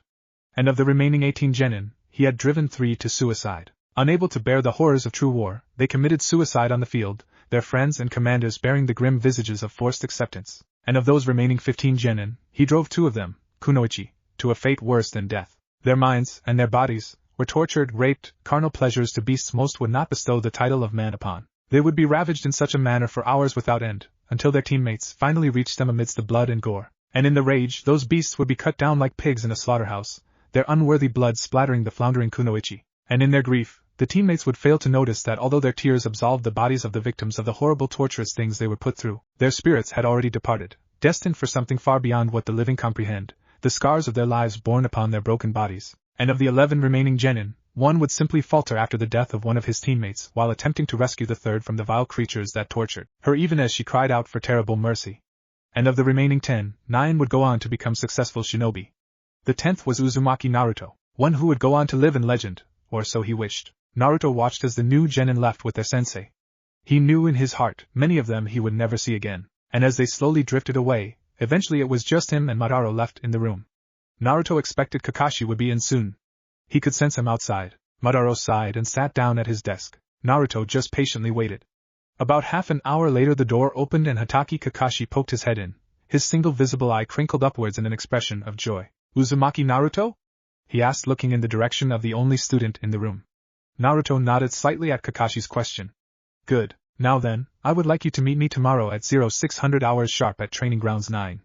And don't be late." With that jovial jaunt of cheer and spring, Kakashi closed the door, giving a nod and a wave to Madara. Naruto just sighed and stood up stretching. He grinned with relief at the popping of his joints. He had till tomorrow to prepare for whatever it was Kakashi had planned. Perhaps this time, he would receive better training without the Uchiha there to interfere. However, a frown crossed Naruto's face. Kakashi was not restricted to training just him. In his time off he could be training the Uchiha if he wished. He sighed. There wasn't much he could do about it. Kakashi still knew him as an idiot here. Perhaps it was time that the Naruto that they perceived finally began to mature. Giving Madara a friendly wave, Naruto walked out the door of the nearly empty classroom, leaving Madara all to himself in the now studentless academy. As he walked out the doors, a wind whispered through the academy. Carried on it was the laughter of a class of 26 academy students, each one only 10 years old. As the wind passed by Naruto, he felt the slight warmth it held. Taking a deep breath, he kept walking. "I'll be there for you guys this time. It won't happen again." As Naruto spoke of his conviction, an image passed through his mind unwillingly, its grotesque shaped form and bloody surroundings bringing shivers to his form. The image was one of his friends lying in heaps of organs and bloodied flesh, the red ooze still seeping from their cooling bodies, and standing over their massacred bodies was the image of one man Naruto swore to kill. As the figure stood over the corpses, he began to laugh, a cold chilling laugh that cut to the bone. As he laughed, his spinning red eyes bore into Naruto's own bloodied irises. Naruto's breath was coming in short gasps as he relived that moment. Flashbacks were dangerous to a ninja, and this one was no different. Steeling himself, Naruto kept going, heading for a training ground where he hoped to find a certain man. His body's strength and muscle tone was pitiful, and he felt it was time he began correcting the mistakes of his past life. Nodding his head at his unspoken declaration, Naruto broke into a light jog as he headed towards Training Ground 4. The future training ground of Team 18, better known as Team Guy. Hatake Kakashi stood outside 2 large oaken doors.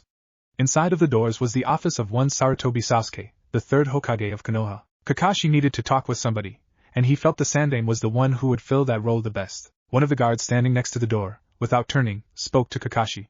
"The Hokage will now grant an audience to you, Hatake-san. Please enter." Standing, he nodded. Opening the doors, he slowly entered. Behind a large desk sat the old Hokage. He looked up as Kakashi entered, small wisps of smoke rising from his pipe. "Ah, Kakashi? What brings you here today?" A rare smile graced his face as he stood, stacks of pipers slightly obscuring his form. Kakashi walked over smiling, and bowed to the Hokage. "Hokage-sama, I wish to speak to you about matters concerning my new..." He paused for a moment, seemingly at a loss for words. "Apprentice." The Sandaime nodded. He had expected this. He walked towards the door, motioning for Kakashi to follow him. "Come, Kakashi. I believe you and I have much to discuss, and this empty office is not the best place to speak of such matters." As he spoke, he left the office, Kakashi following after him. In a small dark room, beneath a maze of tunnels and dark things, a man with a single eye and a single arm swore as the seal inscribed on his wall dulled in color, returning to black from his previous bright red. In addition, a minuscule seal, inscribed near invisibly on the inside of the Hokage's desk, also dimmed in color, the sound in the underground room, still echoing with the words of the Hokage. The Hokage slowly breathed in the tobacco-laced smoke, allowing it to fill his lungs with its pleasant addicting taste, letting it permeate his body. Letting out the smoke-laced breath, he turned his head towards Kakashi as they walked down the village streets. Now Kakashi, what questions concerning Naruto do you have? Kakashi looked at the Hokage for a moment before speaking. Why me, sir? Why was I chosen to be the Uzumaki's master? Wouldn't someone like Enko be a better choice? She's more of an assassination battle-cross than I am. At this the Hokage held up his hand. You misunderstand his position, Kakashi. Naruto is not going into form of generalization at this time. He is training to be a full-time assassin. Later, I will consider him for a frontline fighter, but for now, he will be trained as an assassin, under your tutelage. Kakashi nodded, his face still holding traces of doubt. Why make him an assassin though? He doesn't seem to be one for the quiet and discretion assassination requires. He has an incredibly large chakra capacity too, which also makes for a frontline fighter. The Hokage nodded. He had encountered this resistance before. His chakra capacity is one of the reasons he is perfect for assassination. Many assassination jutsu require a large chakra capacity, as they are intended for an instant kill. Then, if the assassins are caught, they are nearly defenseless as most assassins lack chakra capacity. Naruto on the other hand has an unnaturally large amount of chakra. Besides, have you seen the boy's henge? The henge was a fairly basic ninja technique, alongside the kawarini and bunshin jutsu, was taught at the academy.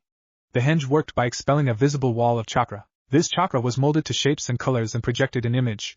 Most henges were of someone the same size, or of a larger size than the user of the jutsu. An advanced henge involved transforming into something small than yourself. This was because you had to create a bubble of chakra that deflected light around yourself, causing you to disappear, while still allowing a small portion to reflect the image you wished to create. Kakashi shook his head. He didn't see how a henge could be anything special. No sir, I haven't.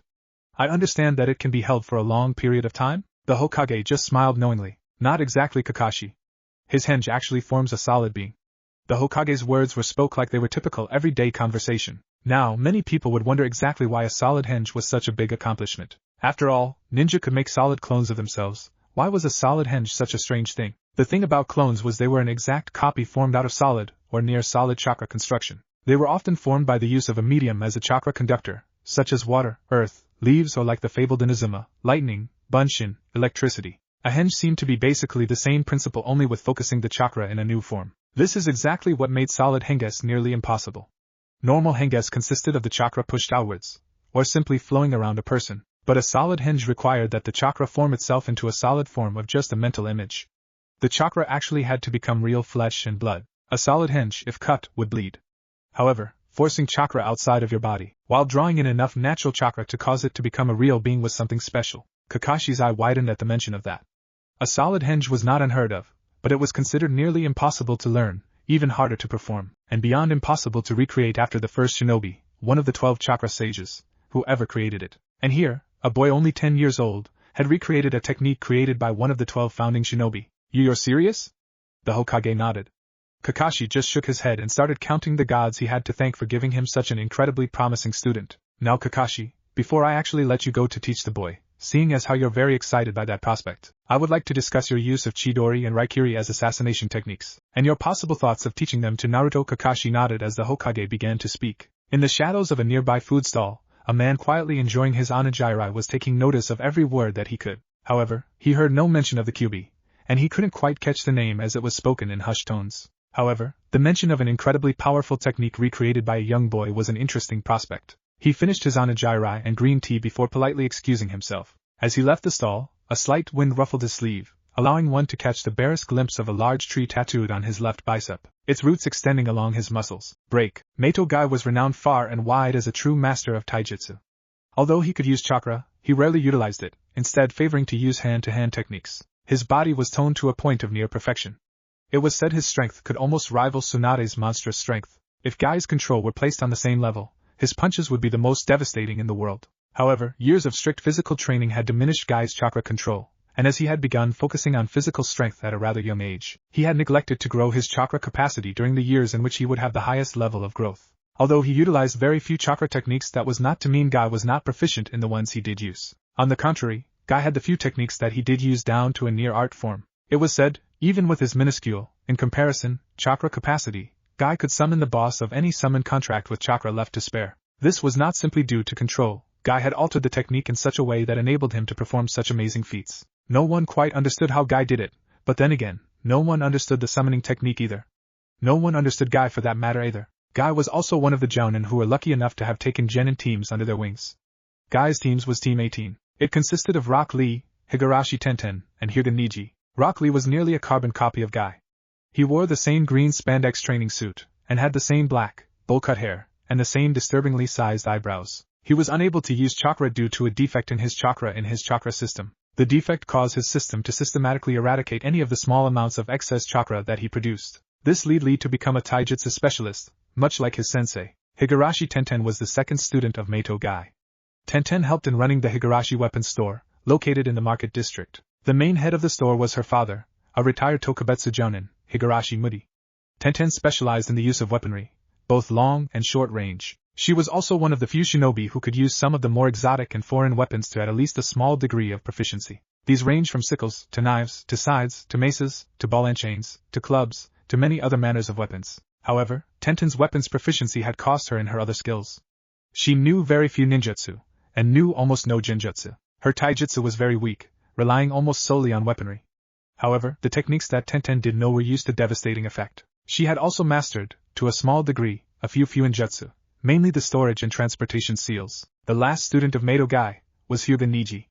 Niji was the son of Hisashi, the twin brother of Hayashi, the head of the Hyuga clan. Niji was a member of the branch house of the Hyuga clan. As his father's life was sacrificed under extenuating circumstances that Niji was not privy to, he had come to blame his misfortune on the main house, and his cousin, Hinata. Niji was a genius of the Hyuga style, the Juken. Although he had great skill concerning his taijutsu, and his bloodline, the Byakugan, he was hardly proficient in any ninjutsu, or genjutsu. Meito Guy was chosen as their sensei as he could draw out Tenten's and Niji's taijutsu abilities, while aiding Lee. However, they were neglected in other fields. Guy had been thinking of ways to help them overcome this disadvantage. The only solution he could think of was to ask his eternal rival, Hatake Kakashi, for assistance regarding jutsu training. However, Guy's pride and flames of youth would not allow him to do such a thing. Guy had been sitting on a tree stump pondering this question while his students sparred in another area of the training ground. It was this sight that Naruto encountered as he approached Guy's team. Guy sitting on a stump, while his students sparred. Naruto did a double take as he noticed Guy's team sparring. They shouldn't have graduated from the academy for another year. He walked up to Guy, his students still in his mind, and stood in front of him, waiting for Guy to notice him. However, after a few moments, it appeared that Guy was going to do no such thing as he was absorbed too deeply in his own thoughts. Naruto broke the silence with a simple request. "Excuse me, Meito-san, but may I have a moment of your time?"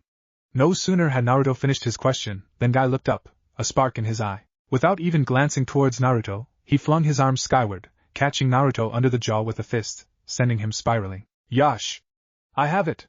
I will ask the Hokage to teach my students ninjutsu."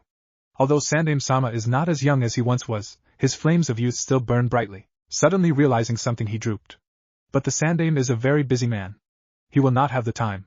Oh well, back to the drawing board. During his outburst, Guy had caught the attention of his students, but that was soon distracted by the small child sailing through the air. Lee had been in the process of initiating a Konoha Senpu aimed towards Niji at the time. However, Guy's outburst caused him to change his course, and he had already committed to completing the move. As such, he couldn't stop it. His distraction caused his kick to instead collide with the head of Uzumaki Naruto. Naruto's vision began to fade away. The last thing he saw was the image of Lee and Tenten running towards him. The last words he heard were, "Oh no. Guy-sensei, forgive me. In my unyouthfulness I have killed a young child." Lee burst in great heaving sobs as he kneeled by Naruto's body.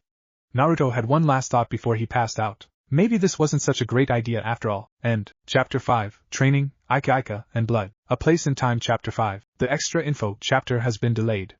I'm currently very busy and have been for a long time. I'm also dealing with some personal issues right now that will take time to sort through. I'm also going to developing Naruto's personality a bit more in this story.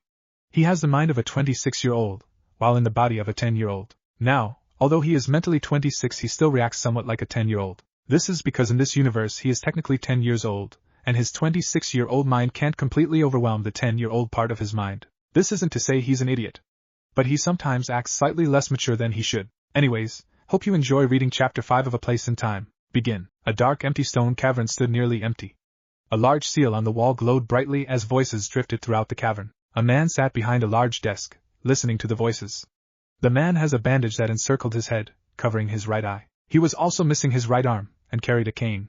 Dark greasy hair drifted lazily in front of his face, his single visible eye seemingly drooping along with the rest of his pale and waxy skin. On the desk was the image of a large tree, its roots extending along its lengths and down the sides. The man's name was Danzo. Danzo was a member of Konoha's shinobi council. He was the antithesis to the third Hokage. He wished for war and chaos and blood and death, whereas the third Hokage preferred to vie for peace and prosperity. Danzo had also headed the Konoha Black Ops division known as Root. Root had been officially disbanded after the Second Great War under the rule of the Naidame Hokage. Root's original purpose had been deep infiltration and suicide missions. Because of the emotional training they received, Root operatives would never crack under torture or lose sight of their objective. Their participation in the Second Great War turned the tides for Konoha. However, the Naidame had seen the methods as inhumane, and disbanded the group. Danzo, however, had other ideas. Root had simply gone underground, quite literally, and continued to operate, their allegiance now being owed to Danzo rather than to the Hokage. Danzo had long opposed the Sandaime, and sought to seize power for himself. His espionage tactics were underhanded and ruthless. He kept himself well informed. On the inside of Sarutobi's desk, a minuscule seal had been carved. This was a sound transfer seal. It took in any sound from the Hokage's office, and played it back through the much larger seal in Danzo's office. The larger seal acted as an amplifier, allowing the barely heard sounds to be fully comprehended. As Danzo listened to the usual mission reports, the door to his office opened. Barely even turning his head to regard the man standing in the doorway, he spoke. "What do you have to report?" His voice was low and meaningful. No syllable was wasted. It was also greasy and snake-like, slipping and spilling from his mouth, like a dribble of vomit and drool. Despite his mannerisms of speaking, he managed to instill fear, as his words caressed you, lulled you into security, promised you sugars and sweets, and a nice place to sleep, before its fangs sunk into your neck. The man made no movement even after being on the receiving end of Danzo's greased words. "I was positioned at a small onigiri stand, just as you ordered, Danzo-sama. As I ate, the Sandaime passed by along with Itachi Kakashi." Danzo nodded. Sarutobi speaking to a shinobi wasn't uncommon, but outside his office it was. He mentioned an apprentice of Kakashi's. And his techniques, the Raikiri and the Chidori. He mentioned assassination and a name. "I apologize, but I was unable to hear the name that he used." Danzo nodded. He waved his single arm, dismissing the ninja who turned and left, the image of a tree visible on his left arm. Danzo leaned back in his chair, speaking lowly to himself. Kakashi taking an apprentice? That is an unexpected turn of events. However, this shouldn't be too much of an issue. As long as before the name was spoken, Danzo noticed the man from before standing once more in the doorway, bowing. "What is it this time?" Danzo was becoming slightly annoyed at this constant interruption. "I apologize, Danzo-sama. But I neglected to mention an important piece of information. The boy, who will become Kakashi's apprentice, was mentioned having used the henge." Danzo just gave a disinterested stare. "Why should I care? Any student strong enough to become an apprentice is able to perform a henge." The man stayed bowing. "I apologize for not being more specific. He used a solid henge. A technique, from what I heard, has not been seen since the days of the 12 chakra sages." At that, Danzo's eye widened. His previous thoughts of killing the forgetful operative had fled his mind. "Are you sure that they said it was a technique from the 12 chakra sages?" The man nodded. Danzo waved his arm, dismissing the man, talking to himself. "The 12 chakra sages, masters of mind and body and teachers of the 6 paths, sage for one to recreate one of their techniques, they would have to be no. It's impossible. That particular trait died out hundreds of years ago. Orochimaru's experiments couldn't even get it to work." Danzo was left to his rambling as he reached out a hand and withdrew chakra from the seal on the wall, diminishing its glow, and reducing its glow. He would never realize it, but this caused him to miss out on the name of the person whom he was thinking about at that very moment. Break. In the Sandaime's office, the old Sarutobi looked at Kakashi before taking a long drag on his pipe, slowly exhaling, the smoke puffing out and lilting lazy rings. Kakashi made no motion of any sort, his body in his standard lackadaisical slouch, his single visible eye lightly drooping downwards. Sarutobi cleared his throat before speaking. "Now I'm sure you're wondering why I mentioned the Raikiri and Chidori?" Kakashi offered a nod as his reply. "Well, I do not want you teaching Naruto the Chidori or the Raikiri." At this, Kakashi's visible eye widened. "What? But why not, Hokage-sama? Even though Naruto doesn't have the Sharingan, he has more than enough chakra, and his use of Kage Bunshins as shields and scouts makes up for his lack of the Sharingan." Sarutobi lightly pulled on his pipe, staying calm. "Simply put, Kakashi, the Raikiri and Chidori are not assassination techniques. I have long contested you categorizing them as such." Kakashi nodded. The Sandaime had never agreed with him calling the two techniques assassination techniques. "And why not, Hokage-sama? They are intended to act as a one-hit kill move. Their power and speed surely classifies them as assassination jutsu." The Sandaime just shook his head. Kakashi, as a prodigy, had never wanted to admit that he was wrong, and would do everything in his power possible to prove that he was indeed right. Tell me, Kakashi. Your technique is named Chidori, 1,000 birds, due to the massive chirping sound it makes, no? Kakashi nodded. It was a well-known fact that concentrated lightning chakra that had yet to be molded, such as the Chidori, fired off miniature lightning bolts, that when they struck particles in the air, created a sound similar to that of a lightning bolt striking the ground, only much smaller. Then if it makes such a distinctive, loud and recognizable sound, why is it classified as an assassination? Anyone who heard the noise would instantly know what it was, not to mention its volume. Kakashi nodded under the Sandame's evidence. He had never truly considered the implications of using the jutsu, just the effects that it caused. Are you Hokage-sama? Perhaps he could use them under other situations? The Sandame chewed on the end of his pipe for a moment. I wish for you to teach him the theory and applications behind the Raikiri.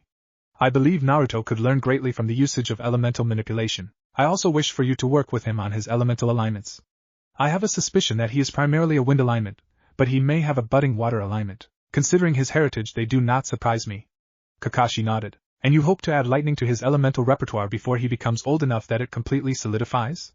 The Sandame nodded. He should be old enough that none of his other alignments shouldn't be affected by more training. Kakashi agreed. Naruto was at a delicate stage where in his development where he could add more elemental alignments if he practiced them enough, but they wouldn't overwhelm his natural alignments. What neither of the two knew was Naruto had indeed been a natural wind and water alignment in his previous life, nor did they understand that the Kyuubi had been a fire and earth alignment, and being sealed inside of Naruto passed that trait on. The two were in for quite the surprise when Kakashi began developing Naruto's lightning affinity. What no one knew, not even Naruto, was that with elemental alignment of the 5 primary elements, special abilities were unlocked. The Kyuubi knew of the main one, but had always neglected to inform Naruto of the fact that it existed as he never developed a lightning affinity. That ability was simply known as elemental combination, and through all of this, Danzo missed the name used, and the major facts discussed. However, a root operative in Umbu who was stationed outside of the Hokage's office heard some of the conversation. However, he once again missed the name that was used, and only learned of his, hopeful, third alignment. He had to wait several hours before he would be able to deliver the information to Danzo, and in that time, he would be focused on remembering the specific details. Wind, water, and lightning were a deadly combination after all. Break. Naruto's head was throbbing.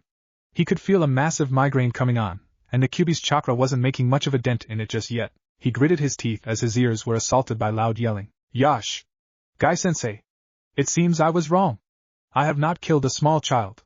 His youth was so powerful it deflected the brunt of the force. He is truly a formidable boy. The boy was ranting and just wouldn't be quiet.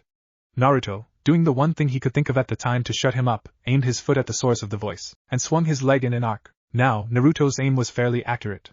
However, he had forgotten that his legs were now shorter, so, instead of reaching the desired height and impacting the source of the voice, he instead hit something, or more correctly, someone else. Child-san. It is most youthful to kick Niji-san in the face. I must inquire as to why you would perform such an action knowing how unyouthful it was. Naruto's mind instantly kicked into overdrive. Niji? But Niji's dead. I saw him die. An image flashed before Naruto's eyes, blocking out whatever pain he was feeling and whatever he was seeing. Instead, the image filled his mind. A burning field filled with hundreds of bodies. The stench of burnt flesh and hair permeated the very atmosphere, burning his lungs with every sickening breath. A figure stood in front of him. It opened its mouth and laughed. Another figure lunged at it. He was hitting him again and again, but the sickening laughter continued. It filled his ears with ringing, and his throat and his nose burned with the acrid smoke filling the field. The figure raised a blade of some sort, and brought it down upon the other figure. He licked the blade afterwards. He slowly tapped it against his neck once or twice, testing the fallen figure's reaction. Shrugging, the maniacal laughter started once more. He swung the blade. Again. Again, and again. The blood flew into the air, barely visible amongst the smoke and burning skies. The figure turned towards him. It licked his lips as it approached him. He opened his mouth, to cry, to yell, to speak, but nothing came. The figure stood above him now. It bent down and his cracked, bleeding lips began to move as the figure spoke to him. The Hyuga wasn't much of a challenge, perhaps you will be? As he started to laugh, blood spitting from his mouth, landing on his face, a large glowing blue blade appeared in his chest. Turning around, standing behind him, his arm extended, was Hyuga Niji, the ultimate Juken strike. Sword of the Tenketsu.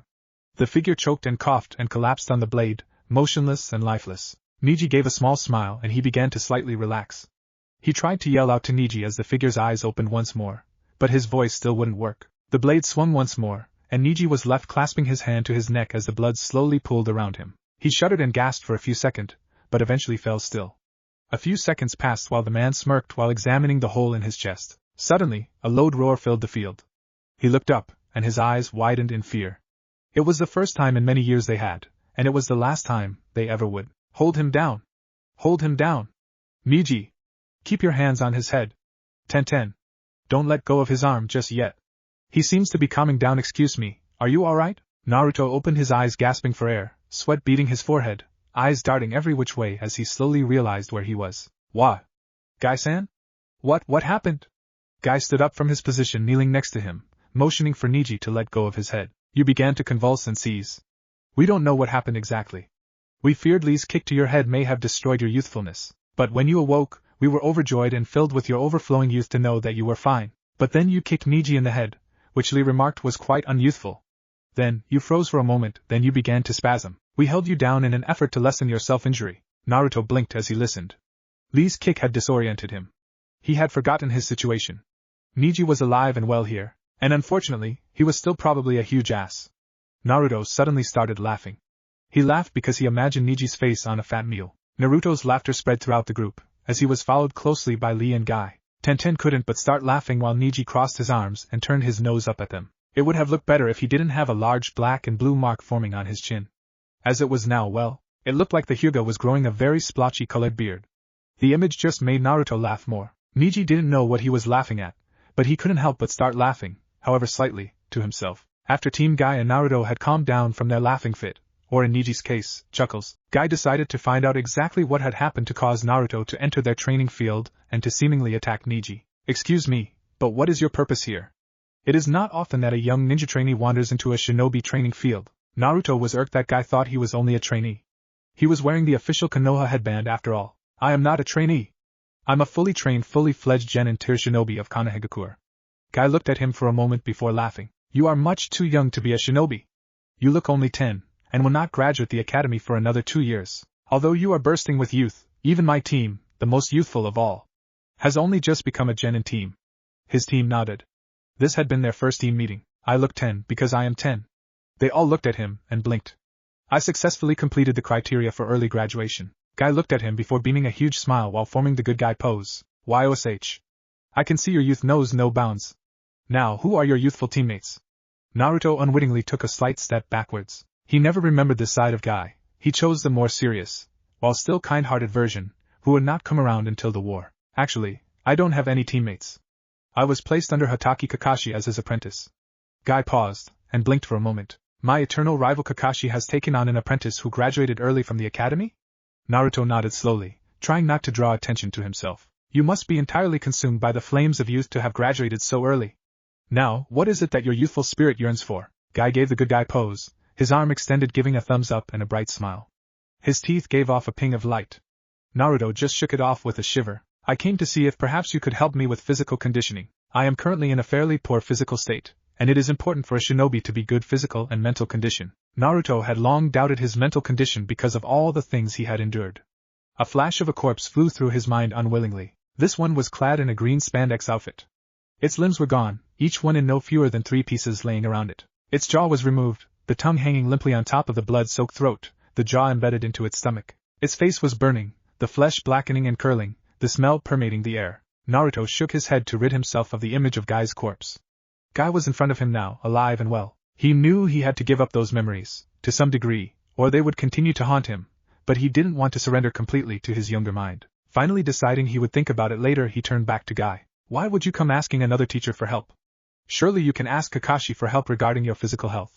Besides, is it not against policy to ask another teacher for help? And wouldn't my training take up too much time that could be better devoted to Kakashi's training? Naruto nodded. Guy had made several good points. Because Guy-san, Kakashi's specialty is ninjutsu and genjutsu. He is not much of a physical specialist at all. Also, Kakashi is officially listed as my mentor, not my jounin teacher. Besides, Kakashi is 3 hours late to any appointment that isn't urgent. I could use those 3 hours to attend to any physical regimen you may decide to prepare for me, Guy-san. Guy nodded. It is decided then. I will devise a training schedule for you. You will also be an excellent sparring partner for my youthful students. With work, you could become as good at taijutsu as Lee. At this comment, Lee jumped up yelling his sensei's name. Guy cheered Lee's name back. This continued several times before they began to hug, and the image of a sunset seemed to appear behind them. Naruto rubbed his eyes and it faded away, but he could have sworn it was real. Naruto backed away from the 2 taijutsu enthusiasts. He didn't want to be hanging around them while they were acting this way. He kept walking backwards until he was out of the training ground. Gigi and Tenten were both shaking their heads at their teammates' actions. They weren't at all surprised that Naruto had left very few people could handle their teammates. Break. Kakashi stood inside of a bookstore. In front of him was a large bookshelf. It was orange and color was covered in the words Ika Ika. All the books were wrapped in a black plastic cover. The covering had white words naming each book. Kakashi carefully selected one. He pulled it off the shelf with the utmost care. He slid his hands over the covering. Hearing the crackle, he smiled. He selected another from the shelf and felt it in his hand. Giving a slight frown, he shook his head and placed it back on the shelf. He reached for a second one before pausing. He frowned deeply and shook his head. He reached for another one, and when his hand touched it, he grinned. He quickly pulled it off the shelf and turned to leave. He paused when he saw who was standing there. Kakashi's old teammate, Inuzuka Rin, was standing with her arms crossed as Kakashi selected his literature. He took on a look of surprise when he noticed Rin. "Oh, hello Rin. I didn't expect to see you here. What's new?" Kakashi smiled at her.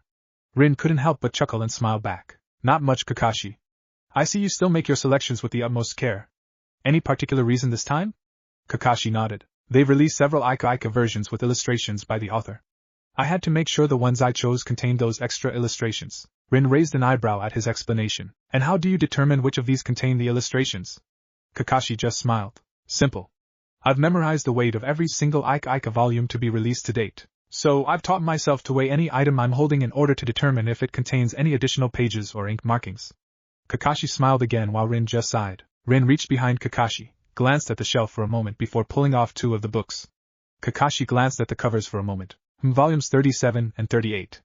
Those were quite good. Rin just smiled. "I've fallen behind and have to catch up. They don't stock Ika Ika books in Kusa, so I was unable to pick them up."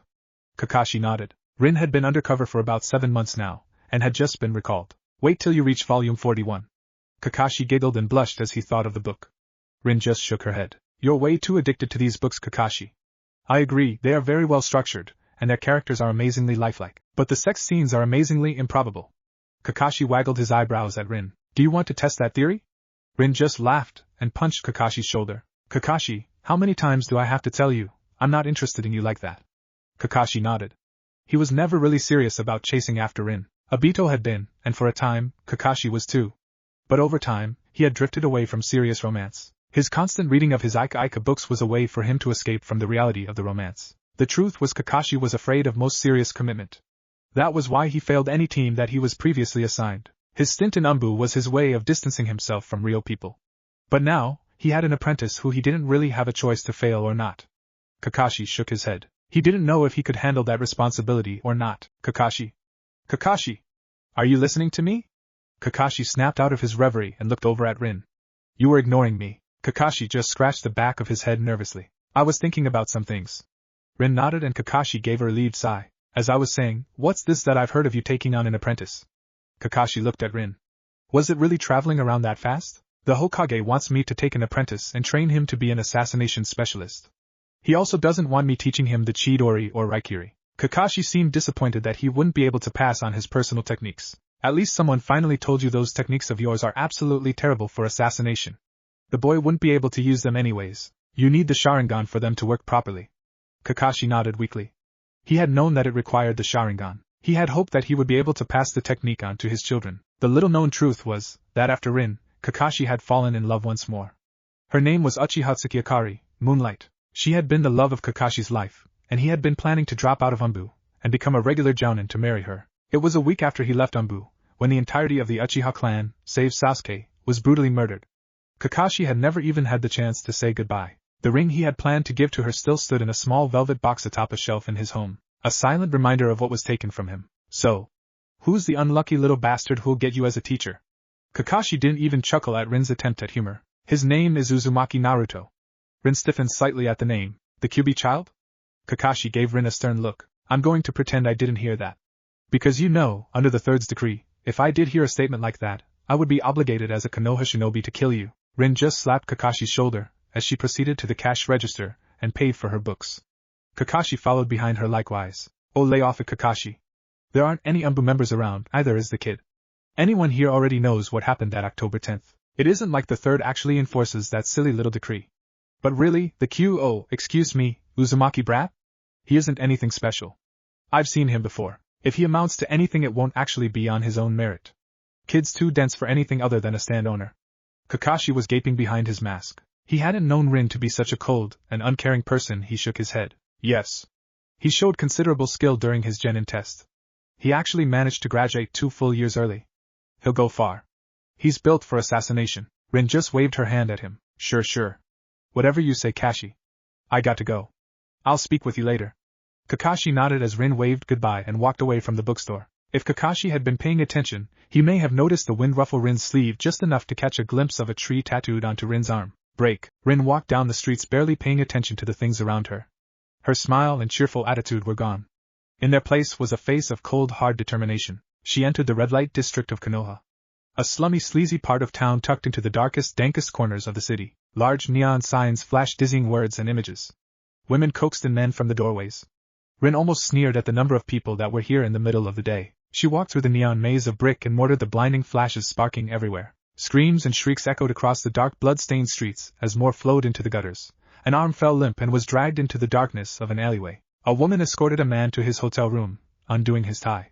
He would awake to find his money and valuable possessions missing. He would scream in mental anguish before heading back to the district to hunt down the seductress. On his way in, he would be snagged and pulled into an alleyway. A meal for some back-alley slum walker who could tell you by the thickness of the grease and blood on a diner floor which diner it was. Rin walked by a diner, red slowly seeping under its doorway. It opened to reveal a large man carrying a dark mop pushing the blood out into the street. If you asked, it was pig's blood from the butcher shop in the back that had a clogged drain. But anyone who was poor enough, or greasy enough, or enough of a back-alley trader to have eaten there would tell you it was too tough and too stringy to be pork. People disappeared in the red light district every day. It was Konoha's disgusting secret. Every village had a place similar, but only Konoha's had grown so large and fat that it was beyond the grasp of the law. As she walked, a hand lurched from behind a wall attempting to grab Rin. A flash of light later and it withdrew with a shriek of hand, the first joint of its fingers laying on the ground. Rin approached a particularly sleazy diner and opened the door. Inside stood a thin, wiry man wiping his hands on a brown cloth. His teeth were rotted and yellow, and his hair wiry and gray. His smock was spattered with blood and dirt. He glanced at Rin. I suppose you'll be taking the special again? She merely nodded. Alrighty then. Bark rot soup coming right up. He ducked behind the counter grumbling about not being able to find a bowl. Be a dear and go in the back and fetch a clean pot, will ya? I'm fresh out up here. Rin nodded once more, walking through the swinging door that led to the kitchen. Once inside she walked over to the wall that held the shelf that held the pots. Pulling one off the wall turned with a groan to reveal a dark passageway. Rin entered and replaced the pot through a piece of wall that could be removed. The wall swung back and melded seamlessly into the grease pit. It was Konoha's best kept secret. Their disgusting blood works. Their prostitute rings and murder shops. Their red light district. The place where the Root Umbu headquarters was located, and, begin. Danzo sat in his small underground office. An odd moss growing around the room provided the only dim illumination. He sat slightly hunched over, his cane leaning against the desk. He shuffled a few papers before sighing. He was waiting for his informant to arrive. He looked up quickly as the door creaked and swung open. He watched impassively as the figure of Inuzuka Rin entered. During Rin's undercover mission to Kusa, a Root member had caught her. He had placed a seal at the base of her skull. A seal that sent chakra strings into the spinal cord. The seal was a puppeteer seal. It allowed the user to take complete control of something, usually people. The unfortunate thing was that people had a pesky habit of resisting influences. It was used on puppets for a while, but since the seal required a consciousness to inhabit the body, puppeteers became incredibly easy prey while they controlled their singular puppet. However, Danzo had utilized the seal on Rin's body and had a Root agent located somewhere in his HQ always operating as Rin. He had been controlling the seal for so long, he no longer thought of himself as who he was, he had become Rin. Danzo looked at his Rin puppet.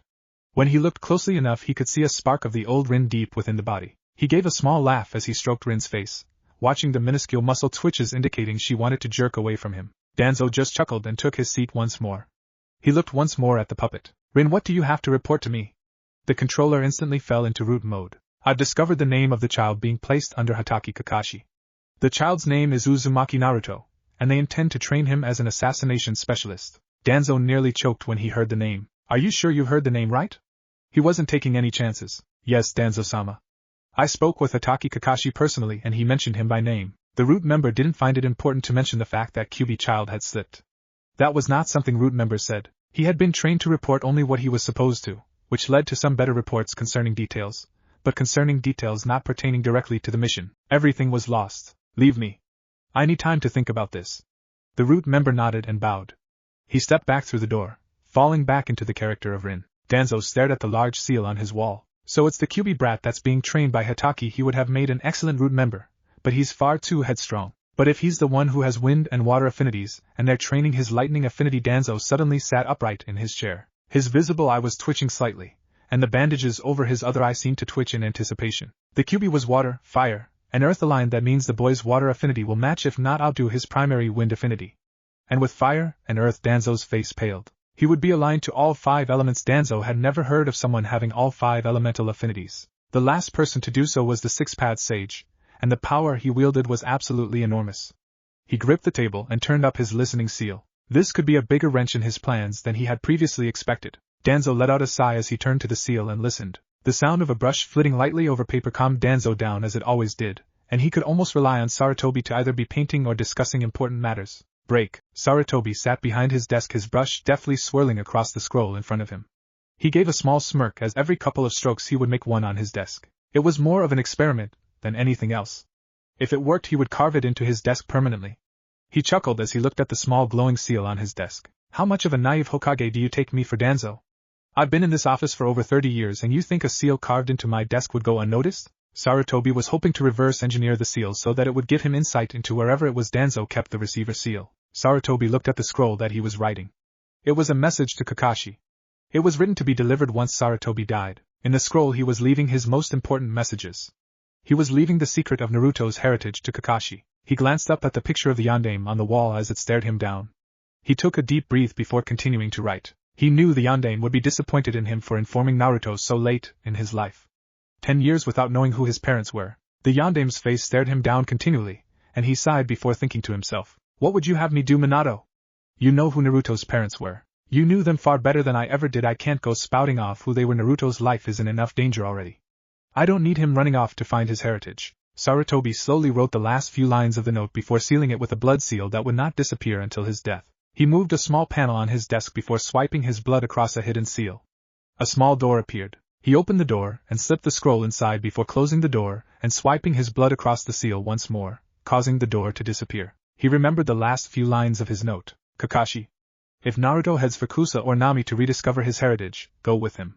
What awaits him there is not of a kind or friendly nature. Sarutobi closed his eyes and remembered his excursions to Kusa and Nami when he was much younger. He hadn't known it then, but he had met Naruto's ancestors. Their secrets were so jealously guarded that it was suicide for someone of even his caliber to chase after them. But Naruto was only a 10-year-old boy. What would he know of his parents? Sarutobi didn't know it at the time, but his note that he left since Naruto was becoming an apprentice would cause ripples throughout the shinobi world. Sarutobi had just taken the butterfly effect, smacked the butterfly out of the way and started waving a fan. As Sarutobi closed his eyes and leaned back, he heard a slight grumbling and then quiet shouting. He immediately sat up and pressed his ear to the seal he had drawn. He could hear Danzo yelling at someone about messing up the new recruit's emotional desensitization training. He grinned before pulling out a small knife. He had some adjustments to make. Break. Naruto lay in his bed in his apartment staring at the ceiling. He would meet Kakashi the next day for his day of training with the smut-nosed shinobi. He had no idea what was in store for him this time around. He had still been in the shinobi academy at this age in his last life. That was such an odd and foreign thought for him. He let his hand fall limply by his side where his swords used to lay. He frowned as he remembered the familiar weight of his zanbatsu. He had started off with just the standard zanbatsu, but it hadn't been anywhere near the quality that he had needed. He had eventually returned to Wave to claim Zabuza's Kubikiri Hocho. However, he had discovered that an odd boy with the ability to transform into water had taken it. His name was Suigetsu. In his anger, Naruto slaughtered Suigetsu and claimed Zabuza's zanbatsu, which Suigetsu had kept in good condition. Naruto never felt remorse about slaying Suigetsu. He had robbed Zabuza's grave, whereas Naruto was merely returning to claim his spoils of war. He also felt the lack of weight from his katana. It hadn't been anything particularly special, but it held a special place with Naruto. And lastly came the light swinging weight of the hilt that used to hang on his belt. He didn't know where it was, but he knew where it would be in 5 years. It was Konoha's hereditary blade, the Raijin. Stolen by the A-rank missing Nin Rokushu Aoi. He rolled over and stared at the wall. Kakashi was a terrible teacher to him the last time around, but now with Kakashi's full attention, and his knowledge of his past life, Naruto swore he would change things. The images of his dying friends flashed through his mind once more.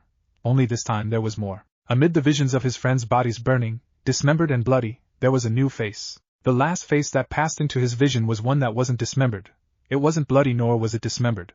Yet this face brought a tear to his face. He had done so much for him. As Naruto closed his eyes and drifted into sleep, the image of the Kyuubi no Kitsune flashed in his mind. As he drifted further and further into sleep, he shed a tear just for the Kyuubi. And just as he was on the precipice of sleep, a voice rang through his mind. The hell? Naruto immediately shot up in bed. He spoke aloud to himself as if to assure himself that it was just one big hallucination. Kyuubi? To his surprise and astonishment, he was answered. Kit. What the hell happened? Why am I back here? Naruto couldn't answer Kyuubi.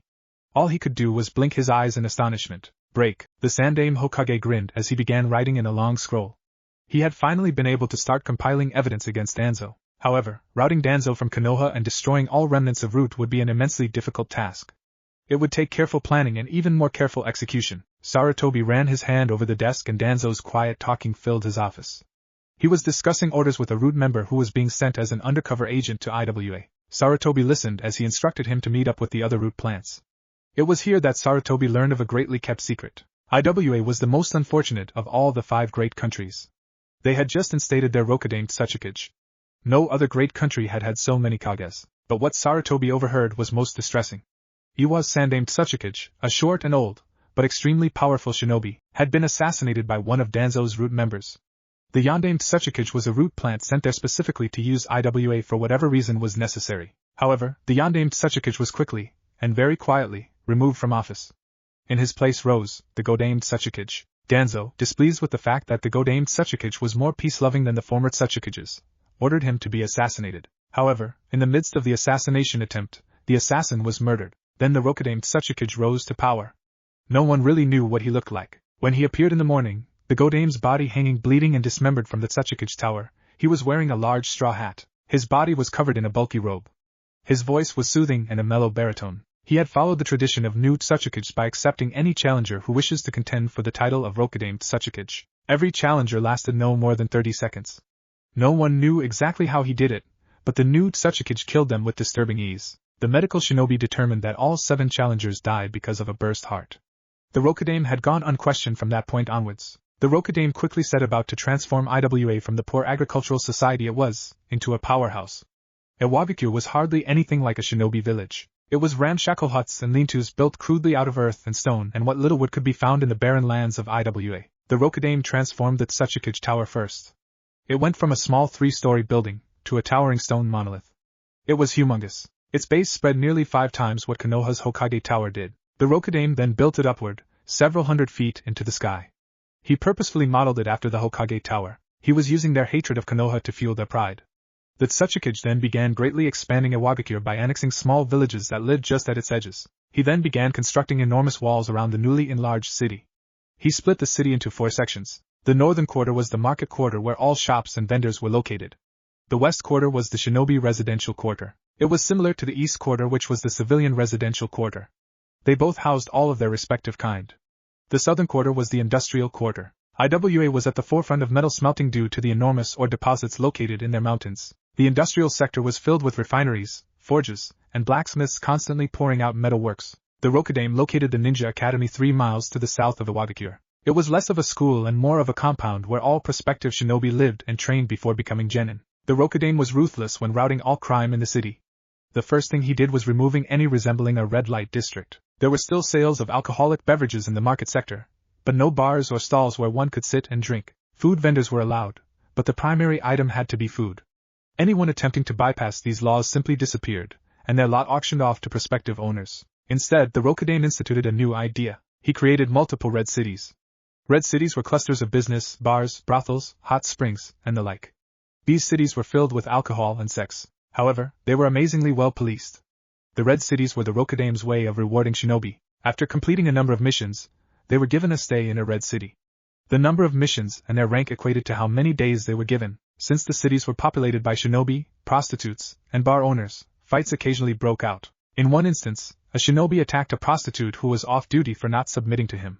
He attempted to rape her, but was stopped before he had even reached her. The other shinobi in the town greatly respected everyone who ran the red cities and despised anyone who harmed them. They worked for their stay, and wouldn't let some stupid ruffian screw it up. In effect, the visitors of the red cities were its police force. The Rokudame also set about extending more opportunity to the poorer farmers spread out in IWA. He offered them chances to send their children to the Shinobi Academy, or to become workers in the industrial sector. Those who stayed as farmers were visited by genin as D-rank missions to teach them to use simple doton jutsu to plant and plow more quickly and to improve crop yield. Overall, the Rokudamed Tsuchikage was quickly transforming IWA from a poor rundown country devastated by the loss of the Second Great Shinobi War 15 years earlier, into a major powerhouse in just 13 years. Danzo, however, was displeased with how much control the Tsuchikage was taking in IWA and sent his route to assassinate him. However, his Umbu were quickly killed, and once the Rokudame made them the focus of his attention, the other plants were quickly found and executed. That had been 2 years ago, and now Danzo was attempting to re-establish his connections in IWA, but was having very little success. This news troubled Sarutobi.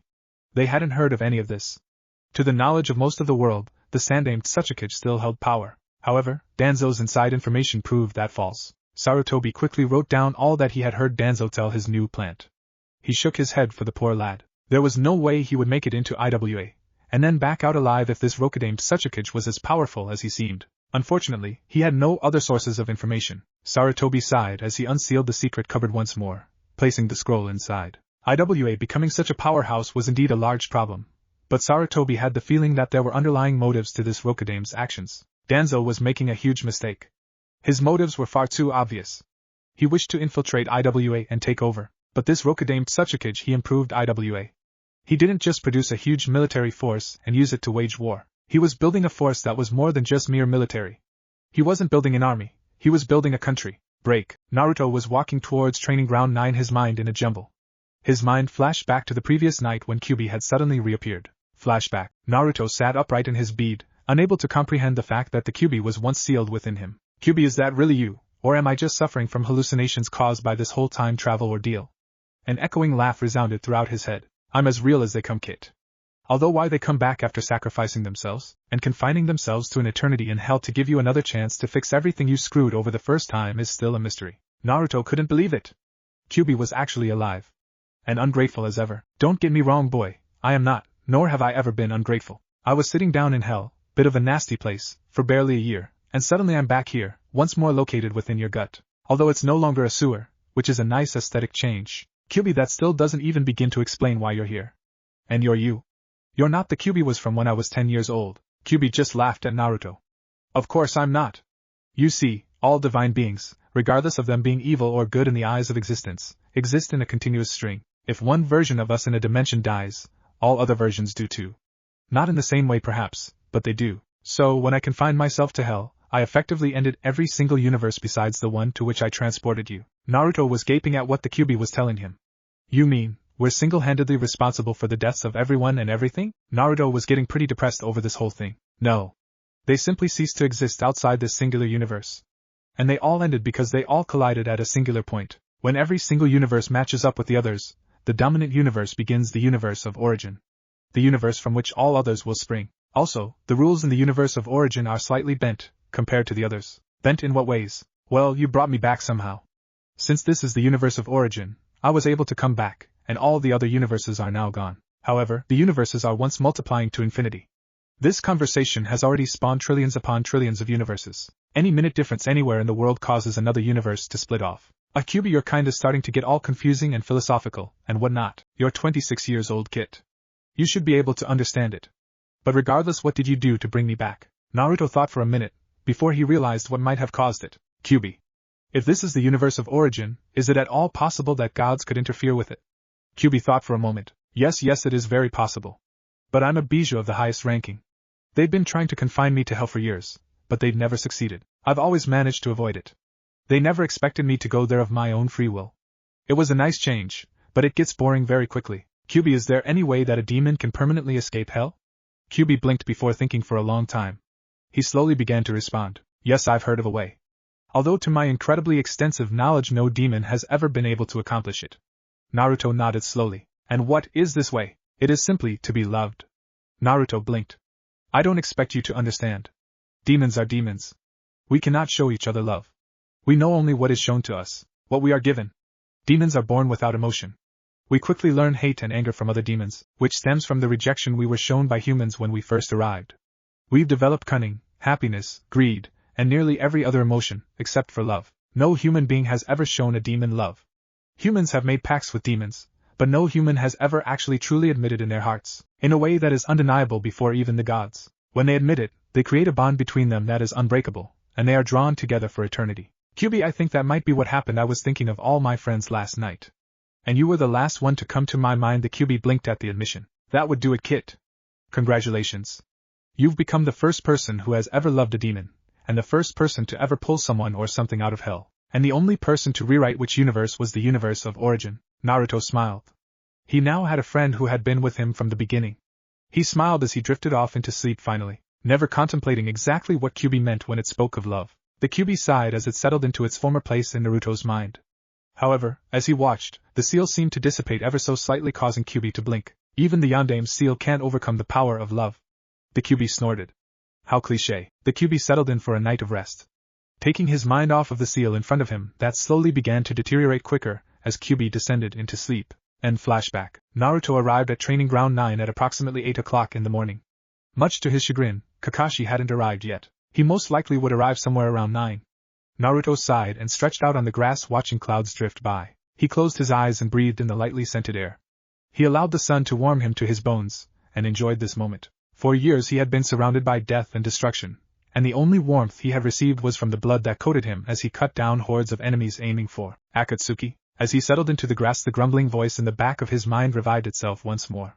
What do you suppose your training is going to entail this time around, Kit? And who's on your team? Not those disgusting brats Pinky and Duck. Naruto chuckled at the QB's references to Sasuke and Sakura. I don't have a team this time around, QB. I've been assigned Kakashi as a mentor this time. Probably as a combat specialist. Makes sense considering my enormous chakra reserves. But now that I have you back now, QB, my chakra will most likely be very recognizable. The QB nodded for a moment before coughing. That's very interesting. I never figured the Hokage for a combat specialist mentor. Huh, shows how much I know about how you need and think. And Kit. There's something you need to know. Naruto listened. I don't have my chakra anymore. Naruto's face became one of shock and horror. What do you mean you don't have your chakra anymore? You're back, aren't you? QB nodded. Yes, but the time travel technique consumed the majority of it, and my resurrection to this dimension, one where I previously was non-existent. My chakra was near to non-existent, and as such the dimensional transfer eliminated it completely. However, the chakra used to send you here, some of it was absorbed by you, and as such increased your chakra capacity. Naruto ran his hand through his hair while sighing. Damn. So I have even more chakra? The QB simply nodded. How much of a difference is that going to make in the long run? The QB thought for a moment. Considering you don't have all of it yet, not a lot. Your body can handle the chakra of 8 tails of a bijou. Your chakra will increase at a quicker pace than a normal shinobi, but you won't become a chakra god until you reach the physical capability where your body could handle 8 tails of chakra without any negative repercussions. I'm sure you remember the last time you went 8 tails. Naruto did indeed remember the last time he had gone 8 tails. It had been when he was training to face Uchiha Madara. He had become a furless fox. It was a gruesome sight, and an even more gruesome thing to be. He never wanted to turn into that thing again. But the power he had felt was enormous. He could feel the air responding to the chakra floating off of him. The water quivered at his presence. The dirt shivered and seemingly floated closer to him. The temperature rose and sparks burst around him. Electricity had crackled across his exposed muscle. It was a magnificent feeling. If he could be like that all the time, which in reality would be around the time he could handle 4 tails. Then when he hit 8 tails, it would be twice that. The power would be nearly uncontrollable. You've got a long way to go. You could hardly even handle a full tail's worth in your past life when Duck defected. By the end of that life, 2.5 at most. Naruto sighed. With that kind of improvement, he doubted he would ever make it to 8 tails. He would need the lifespan of Uchiha Madara in order to accomplish it. He could rest a little easier knowing his Moon's Eye plan would go unaccomplished. QB. I remember when I was in the 8-tailed form, the elements responded to my chakra. I know I'm water and wind affiliated, and you're fire and earth affiliated, so where does lightning come from? The QB thought for a moment. I believe it was the Raijin you wielded for so long. Its lightning powers were carried by your chakra when you wielded it, and when the chakra you supplied it was withdrawn, it carried an elemental affinity, which was eventually transferred to you. Naruto nodded. He would have to consider that more this time around. He glanced at the sun. It was getting very close to the 9. He closed his eyes and basked in the sun, the silence from QB a welcome one. He idly wondered what Kakashi would do when he arrived. He was also thinking of which excuse Kakashi would use this time around. His thoughts wandered to what Team Guy was up to at the time. Break. Guy cheered as his team engaged in a spar.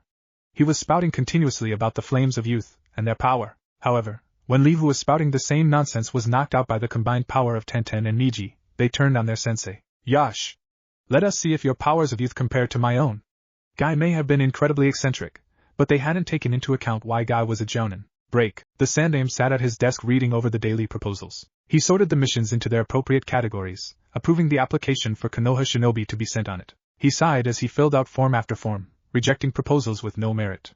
He sighed as he read over the Chunin exam invitation. He had rejected the proposal from 6 months ago for Konoha attending the exams in Kumo. He had been informed that Suna and IWA had also declined the invitation. As such, the Chunin exams would commence with smaller countries and Kiri attending. Anyone promoted wouldn't be regarded as an official Chunin as they weren't approved by 3 or more of the Kages. They could however be promoted internally and practice their skills with B-rank missions. The next Chunin exams would be held in IWA. His preliminary intelligence informed him that Suna, Kiri, and Kumo were all leaning towards attending. Not wishing to appear as a weak country in front of the daimyos and other countries, Sarutobi decided he would attend. These Chunin exams would be held in 1 year, as was the case with all Chunin exam invitations. Sarutobi sighed as he counted. Konoha's turn would be approaching soon. He wished for Naruto to advance to Chunin, but he feared IWA would be too hostile towards him. He would have to wait at least a year before he advanced. Waiting for him to participate in Konoha's Chunin exams would come off as too much favoritism, which actually wasn't unusual. But with Konoha's current reputation as a peace-loving country, favoritism provided a bad image to the daimyo. He sighed as he leaned back in his chair. Danzo hadn't made any noise for several days. He was starting to wonder what Danzo was doing. He pushed the thought out of his mind as he signed his acceptance of the IWA Chunin exams. He then looked over the paper, one which was requesting aid in Nami to deal with common thugs. As he read it over, he noticed several details didn't add up. Something odd was going on in Nami, and he wanted to figure out what. Nami was a major seafood importer to Konoha. Sushi and fish products made up about 13% of Konoha's market. An unacceptable percentage to lose. Sarutobi signed the paper under a C-ranked mission and filed it. However, it would be a week before it was assigned. Break. Danzo liked very few things. One of those things was good sake. Not the cheap kind you found at tea houses that Danzo described with the phrase, "This is the sake made out of the rice that was watered by the poorest piss of the poorest farmers," that only tastes anything close to something similar to sake, because the farmers got to taste the good sake before pissing on this. He liked the expensive sake. Danzo also liked power. Lots of power. But his like of power came from his love of control. Danzo had very rarely ever been in control of anything in his life. His loss of his left eye, and the majority of the control over his arm, drove Danzo to seek control over anything he could. Danzo liked the power to control. Danzo liked to swear. Whenever something went wrong, an expletive was emitted from Danzo's mouth. Danzo didn't utter them without a thought or care. He carefully planned what situation each one was to be used in. He ranked them, and he decided how he would pronounce them too. Danzo liked swearing, and he liked controlling it too. Danzo also liked pretty things. He allowed himself small bits of joy by keeping a piece of colored glass, a marble, a sake bottle, or whatever caught his fancy. Danzo was indeed an eccentric individual. Danzo liked pretty, especially shiny things. At this particular moment, Danzo was doing the third. He was swearing. He uttered expletive after expletive, each executed just how he wanted it. Why was Danzo swearing so profusely at this very moment? It was because of what he had just learned from his excursion to Kiri. His root agents there had been particularly helpful, and had informed that the current Mizukage was looking into promoting, of all people, a woman to the position of Mizukage. Contrary to what he liked, Danzo disliked many things. One of those was women. Danzo had never had any romantic success. Danzo had never had a caring mother or other womanly figure. He also saw them as weak and incompetent. This fact was why Root was primarily male. Danzo disliked women in positions of power, besides those of daimyo or others that were hereditary, as those were unavoidable, and who has he to question fate? What really set Danzo off was the Chunin exams being held in IWA. He wished to use it as a chance to sabotage the other countries while they were inside. Sabotage in such ways that wouldn't appear for months, or years. The economic and military collapse of Smoke Country, a country that had been on the rise, and in 40 years or so, could have become powerful to displace one of the Great Five and create a new power. Danzo had taken it down. The Great Five were too well established to take down, but he could cause damage. In truth, Danzo had prevented more wars than any other shinobi in history. Constant sabotage had reduced powers to the point where they refused to wage war. However, he now had no information on IWA and they could pose a problem. So he swore. Again, Danzo stood outside the Kage's office in Kiri. He took a deep breath as he prepared to enter. This was a tricky diplomatic situation, and he did not wish to endanger his life. Break. Naruto opened his eye as the sun was blocked by something. He looked up and noticed Kakashi standing there, his eye in its distinctive smile shape. He raised his right hand in a simple gesture. Yo. Naruto sighed. Late as usual, Kakashi-sensei. Kakashi just continued to smile. So, what are we planning to start with today, sensei? Kakashi fiddled around his vest pocket for a moment before pulling out a sheet of paper. Let's start with getting to know each other. I don't have the choice to fail you, and I've been instructed to train you as an assassination specialist. I want to get to know my student this time. Naruto blinked at the unexpected announcement. Kakashi had never been this personal before. Taking a seat, Naruto began to talk. Where would you like me to start, Kakashi-sensei? Kakashi thought for a moment. I'll have time to learn your life story later, if ever. What I want to hear right now is what sort of things interest you, what sort of things you dislike, your hobbies, and the like. Naruto nodded and began describing his personality. Throughout the whole description, Kakashi sat and listened patiently. Naruto smiled as he spoke. Never before had he been so happy to tell someone about himself. Never before had anyone really cared to ask. Naruto sat on the ground in front of Hatake Kakashi. The man looked down at him, his face seemingly the picture of indifference. Naruto looked at the nearly fully covered face of Hatake Kakashi. It had been years since Naruto had seen his former sensei. The last time had been against Pain when Konoha was destroyed. Kakashi had given it his all, performing Susanoo to save the lives of hundreds of civilians. The strain had cost Kakashi his life. Naruto sighed to himself. He was here now, and he was alive, and so were all of his friends. He considered himself very lucky for that. That's damn right you're lucky, you little whelp. You'd be dead a long time ago if it hadn't been for me. You would have died on that first mission to Wave without my help. Naruto smirked slightly to himself. His one constant companion was still there. But remember, Kyuubi, you're the entire reason why I was even on Team 7 in the first place. You're the reason my life was so horrible in the first place. The Kyuubi merely snorted. That may be so, but if you didn't have me you wouldn't be here. True, the world wouldn't have been destroyed, but the world probably would have been destroyed by Madara if it had been anyone else. Naruto nodded to himself. It was true, he and Kyuubi was a match made in heaven, or hell more likely. Whatever convenience it had been, Fate must have been quite drunk at the time that she decided that Naruto and Kyuubi were going to be stuck together for his entire life. Hatake Kakashi eyed his new student with no small amount of suspicion. Here was a child who had the strongest demon ever known to walk the earth. He then shows up to the academy one day, and with previously undisplayed skill, graduates early. And this wasn't even during a war for that matter, making it that much more unusual. Plus the boy had created his own jutsu. He had surpassed all expectations, he had surprised everyone, and he had done it all within just a few days. And Kakashi swore, when he was listening to Naruto talk about his life, he was recounting something that happened many years ago, and had been clouded by more recent, more vivid memories.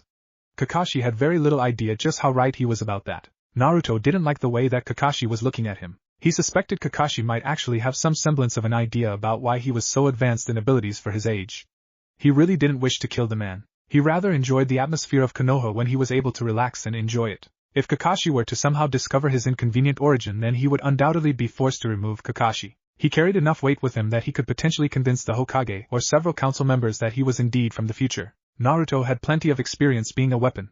He hadn't realized it until later in his life, but he was no different from any of the other Jinchuriki. He was a weapon used by Konoha and by the council for their own personal gains. He thought he was different. He thought he had meant something. Konoha had never vested any interest in Team 7 other than Uchiha Sasuke. Naruto originally believed that he was placed on that particular team in order to act as a stepping stone for the bastard. He was truly placed there in order to protect Sasuke. The council saw the enormous potential of the Kyuubi's container, and had planned to utilize it. Naruto had had few qualms when he had watched the slaughter of the council.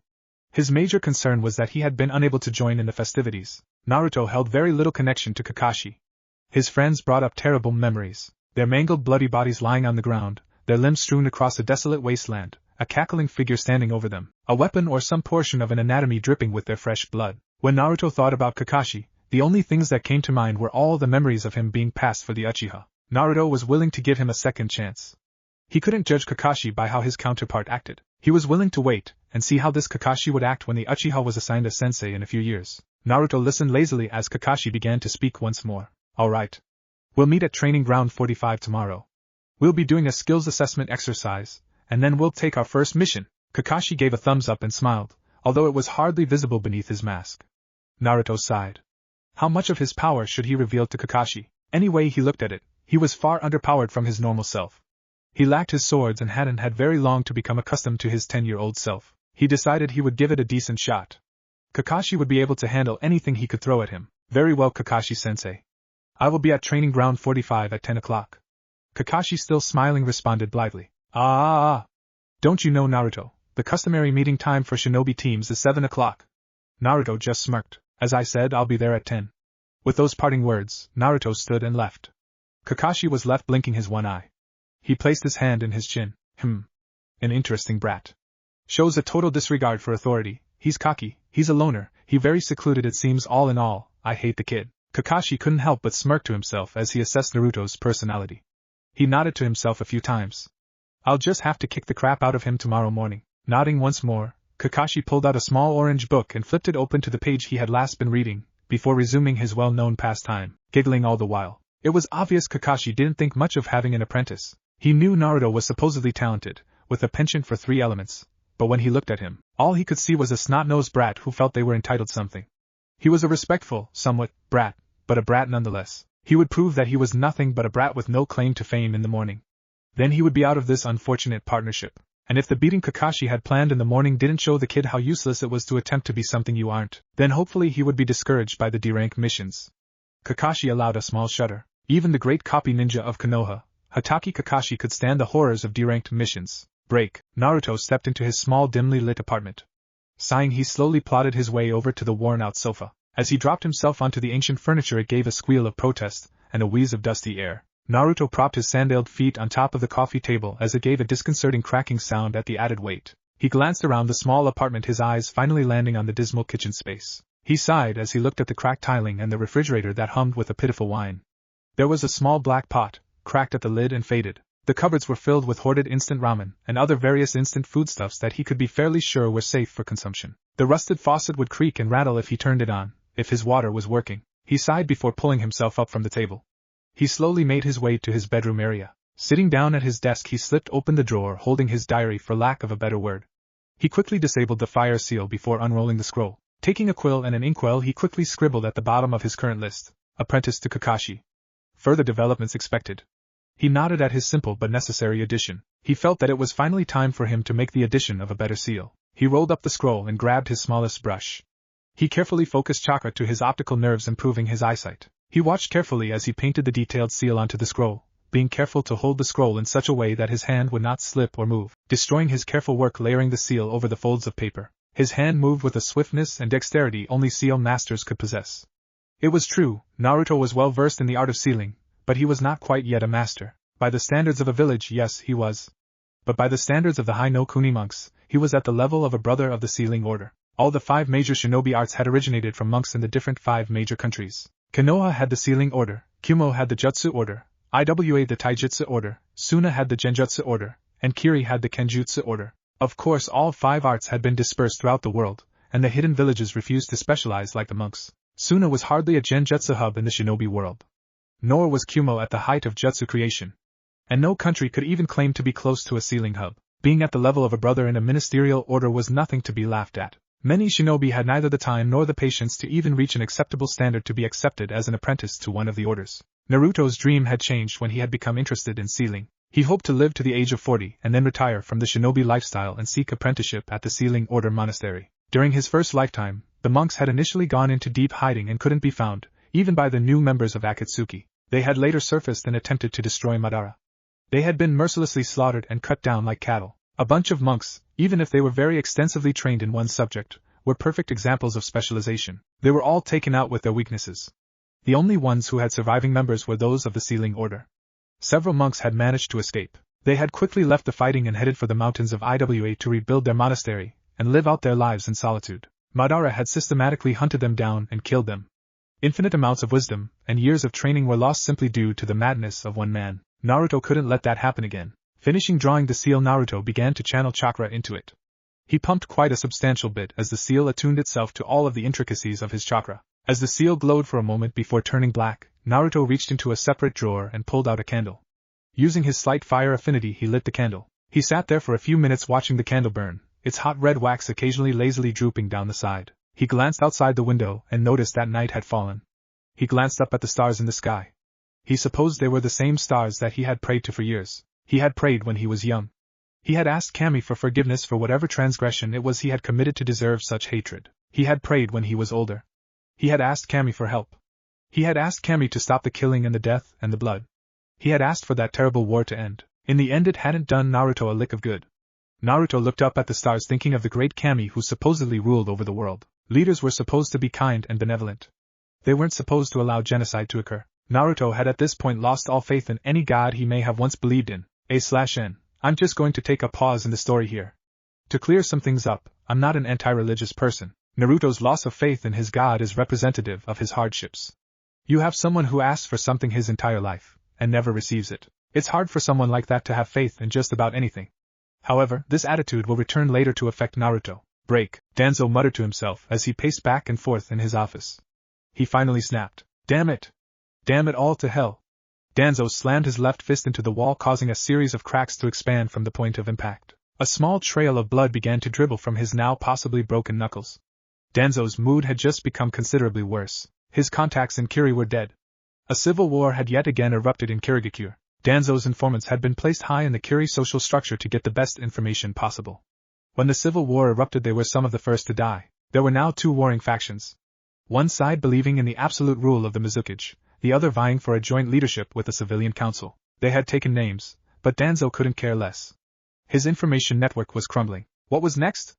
Kumo suddenly decides that it's going to make a new policy that all shinobi must carry a teddy bear? In Danzo's eyes, the world was falling apart in front of him, and there was nothing he could do to stop it, and he couldn't adapt to it either. Danzo sat down in his chair and laid his left hand on the desk. He pulled his cloak aside and his right arm hung down, the wrist and hand wrapped in thick bandages, while the rest of his arm was covered in some form of metal gauntlet covered in complex seals. Danzo glanced at his sealed right arm for a moment before standing once more. Bastards can't do anything right unless you hold their hand and kick them in the ass. Danzo thoughts were revolving around how he knew something like this would happen with a female Mizukage. He snorted before he headed for the door. He pulled it open, his right arm once again hidden. He began to march through the halls. He stopped just before exiting the Root hideout. I'm leaving for Kiri.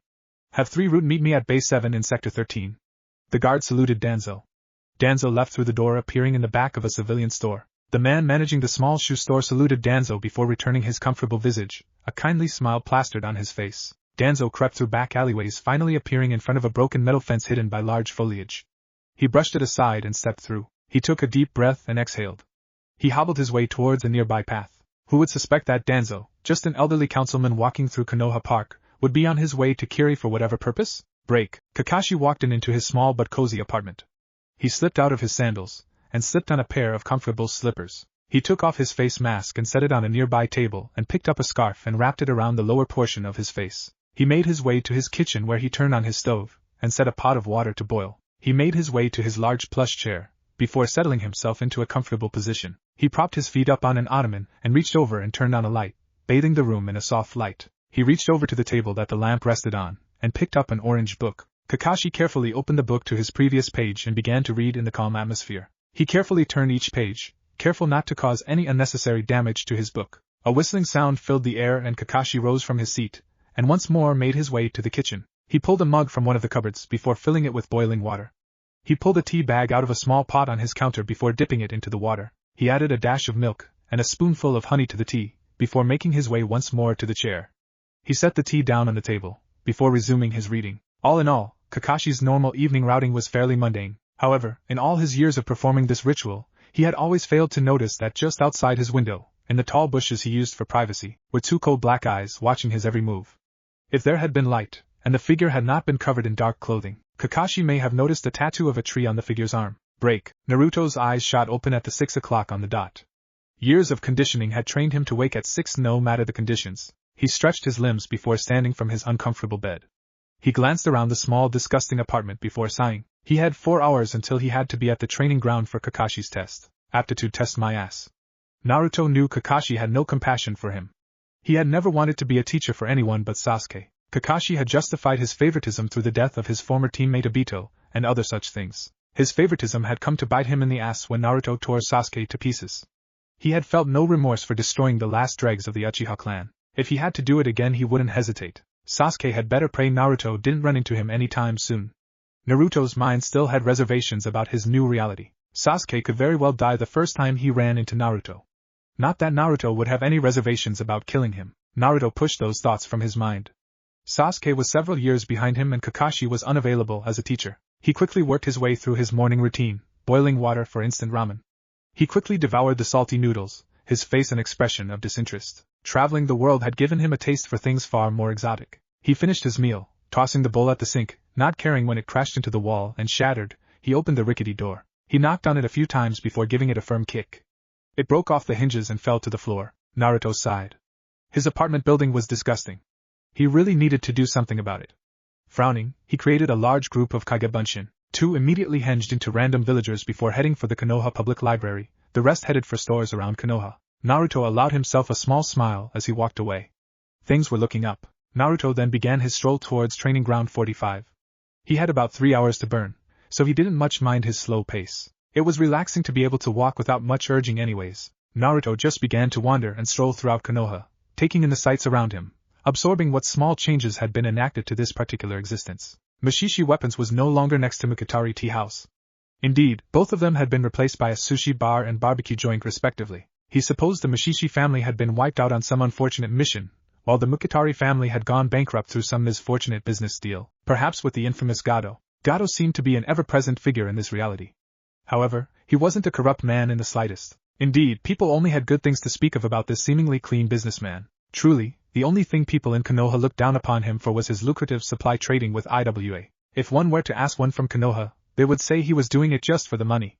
Gato would probably answer in a similar manner. It was through this change in Gato that Naruto realized Wave Country would most likely be prosperous, and Zabuza and Haku would most likely never appear there. The defining of his Nindo and basically his entire life didn't even exist in this dimension. He allowed himself a small laugh. This truly was a redefinition of his being. He continued to smile as he kept walking. He thought over everything that had changed, everything that had once been, and all that was now different. They all were, or are, or had been.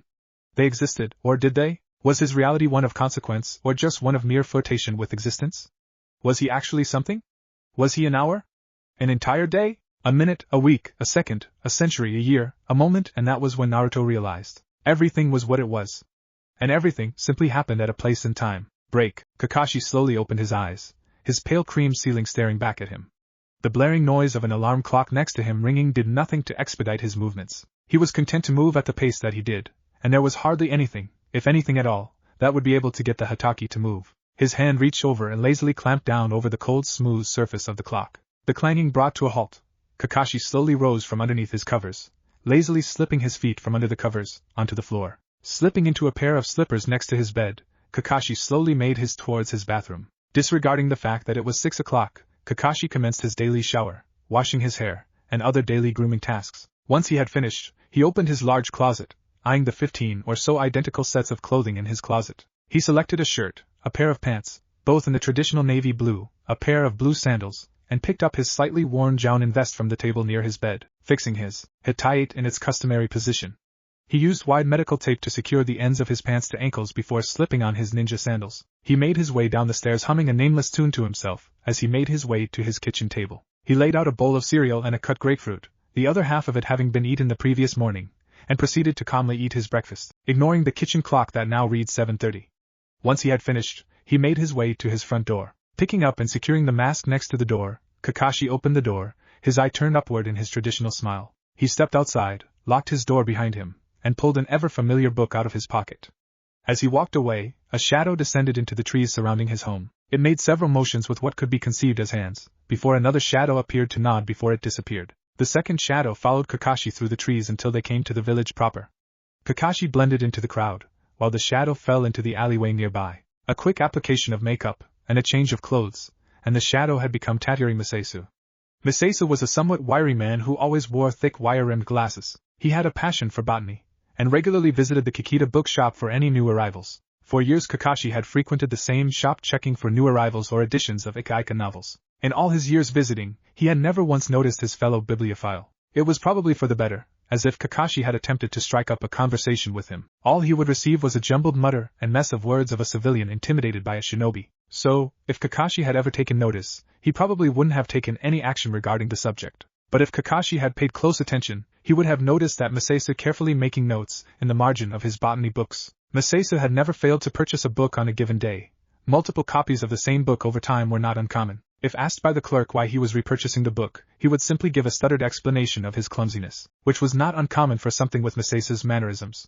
The clerk would laugh it off joyously before ringing up his purchase and sending him on his way. Danzo was always very careful when it came to picking out his subordinates. He trained them to be emotionless and incredibly effective killers who took orders without question. He was known for recruiting people from two distinctive areas. 1. Mental health facilities. Danzo was notorious for recruiting people who suffered from multiple personality disorder. 2. Kabuki theaters. It was known in certain circles that if one proved themselves an effective enough actor, Danzo could recruit you for his ANBE unit. Danzo looked for people who could perform assassinations without question and other questionable missions on the streets. He took in orphans and trained them to work in such a manner. But Danzo also needed effective undercover agents. Actors who lived, not played, their characters. People who were compliant and efficient working members of society 1 minute, and the next a nervous stuttering wreck. Danzo never recruited famous actors, only those who were budding actors with immense talent. He did nothing to harm those who refused, like he would do with shinobi. Shinobi were calculating and deceptive. Shinobi figured things out. Shinobi understood shinobi affairs. A civilian who suffered from MPD or some actor who wished to earn more money while feeling like he was contributing to something much larger than himself. They weren't threats. They were annoyances. Not even blips on Danzo's radar. He didn't treat them any differently than other root members. They weren't more glorious because they were given important infiltration missions. They were civilians. And that's all that the shinobi needed to push them out of their mind and assert their superiority. Kakashi had never thought of that.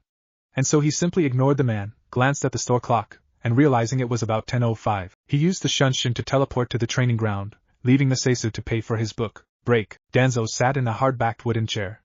The office in which he currently resided was bare with minimal decoration. The owner of this office either didn't enjoy having fancy frivolous objects decorating their office, or rather, as was most likely the case, they couldn't afford it. Danzo was sitting in the office of the bloody Mizukage.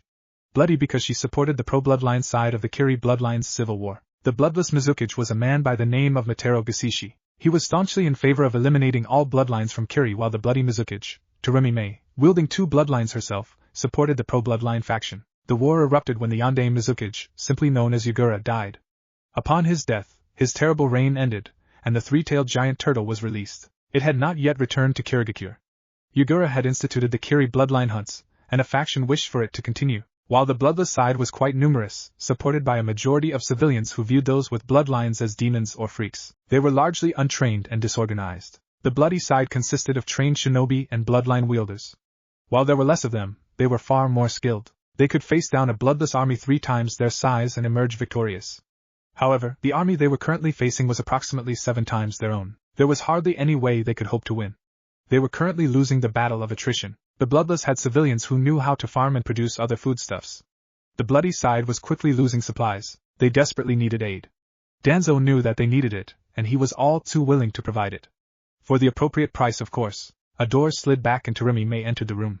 She wore a very non-traditional outfit, consisting of the standard Kiri Jounin outfitting accentuated by a sky-blue scarf wrapped around her neck, the kanji for Mizukage emblazoned in golden thread on it. She took a seat across from Danzo on the other side of the oaken desk. Her red hair was pulled back into a ponytail and pushed underneath her shirt. She glanced expectantly at Danzo, waiting for him to speak. Danzo frowned.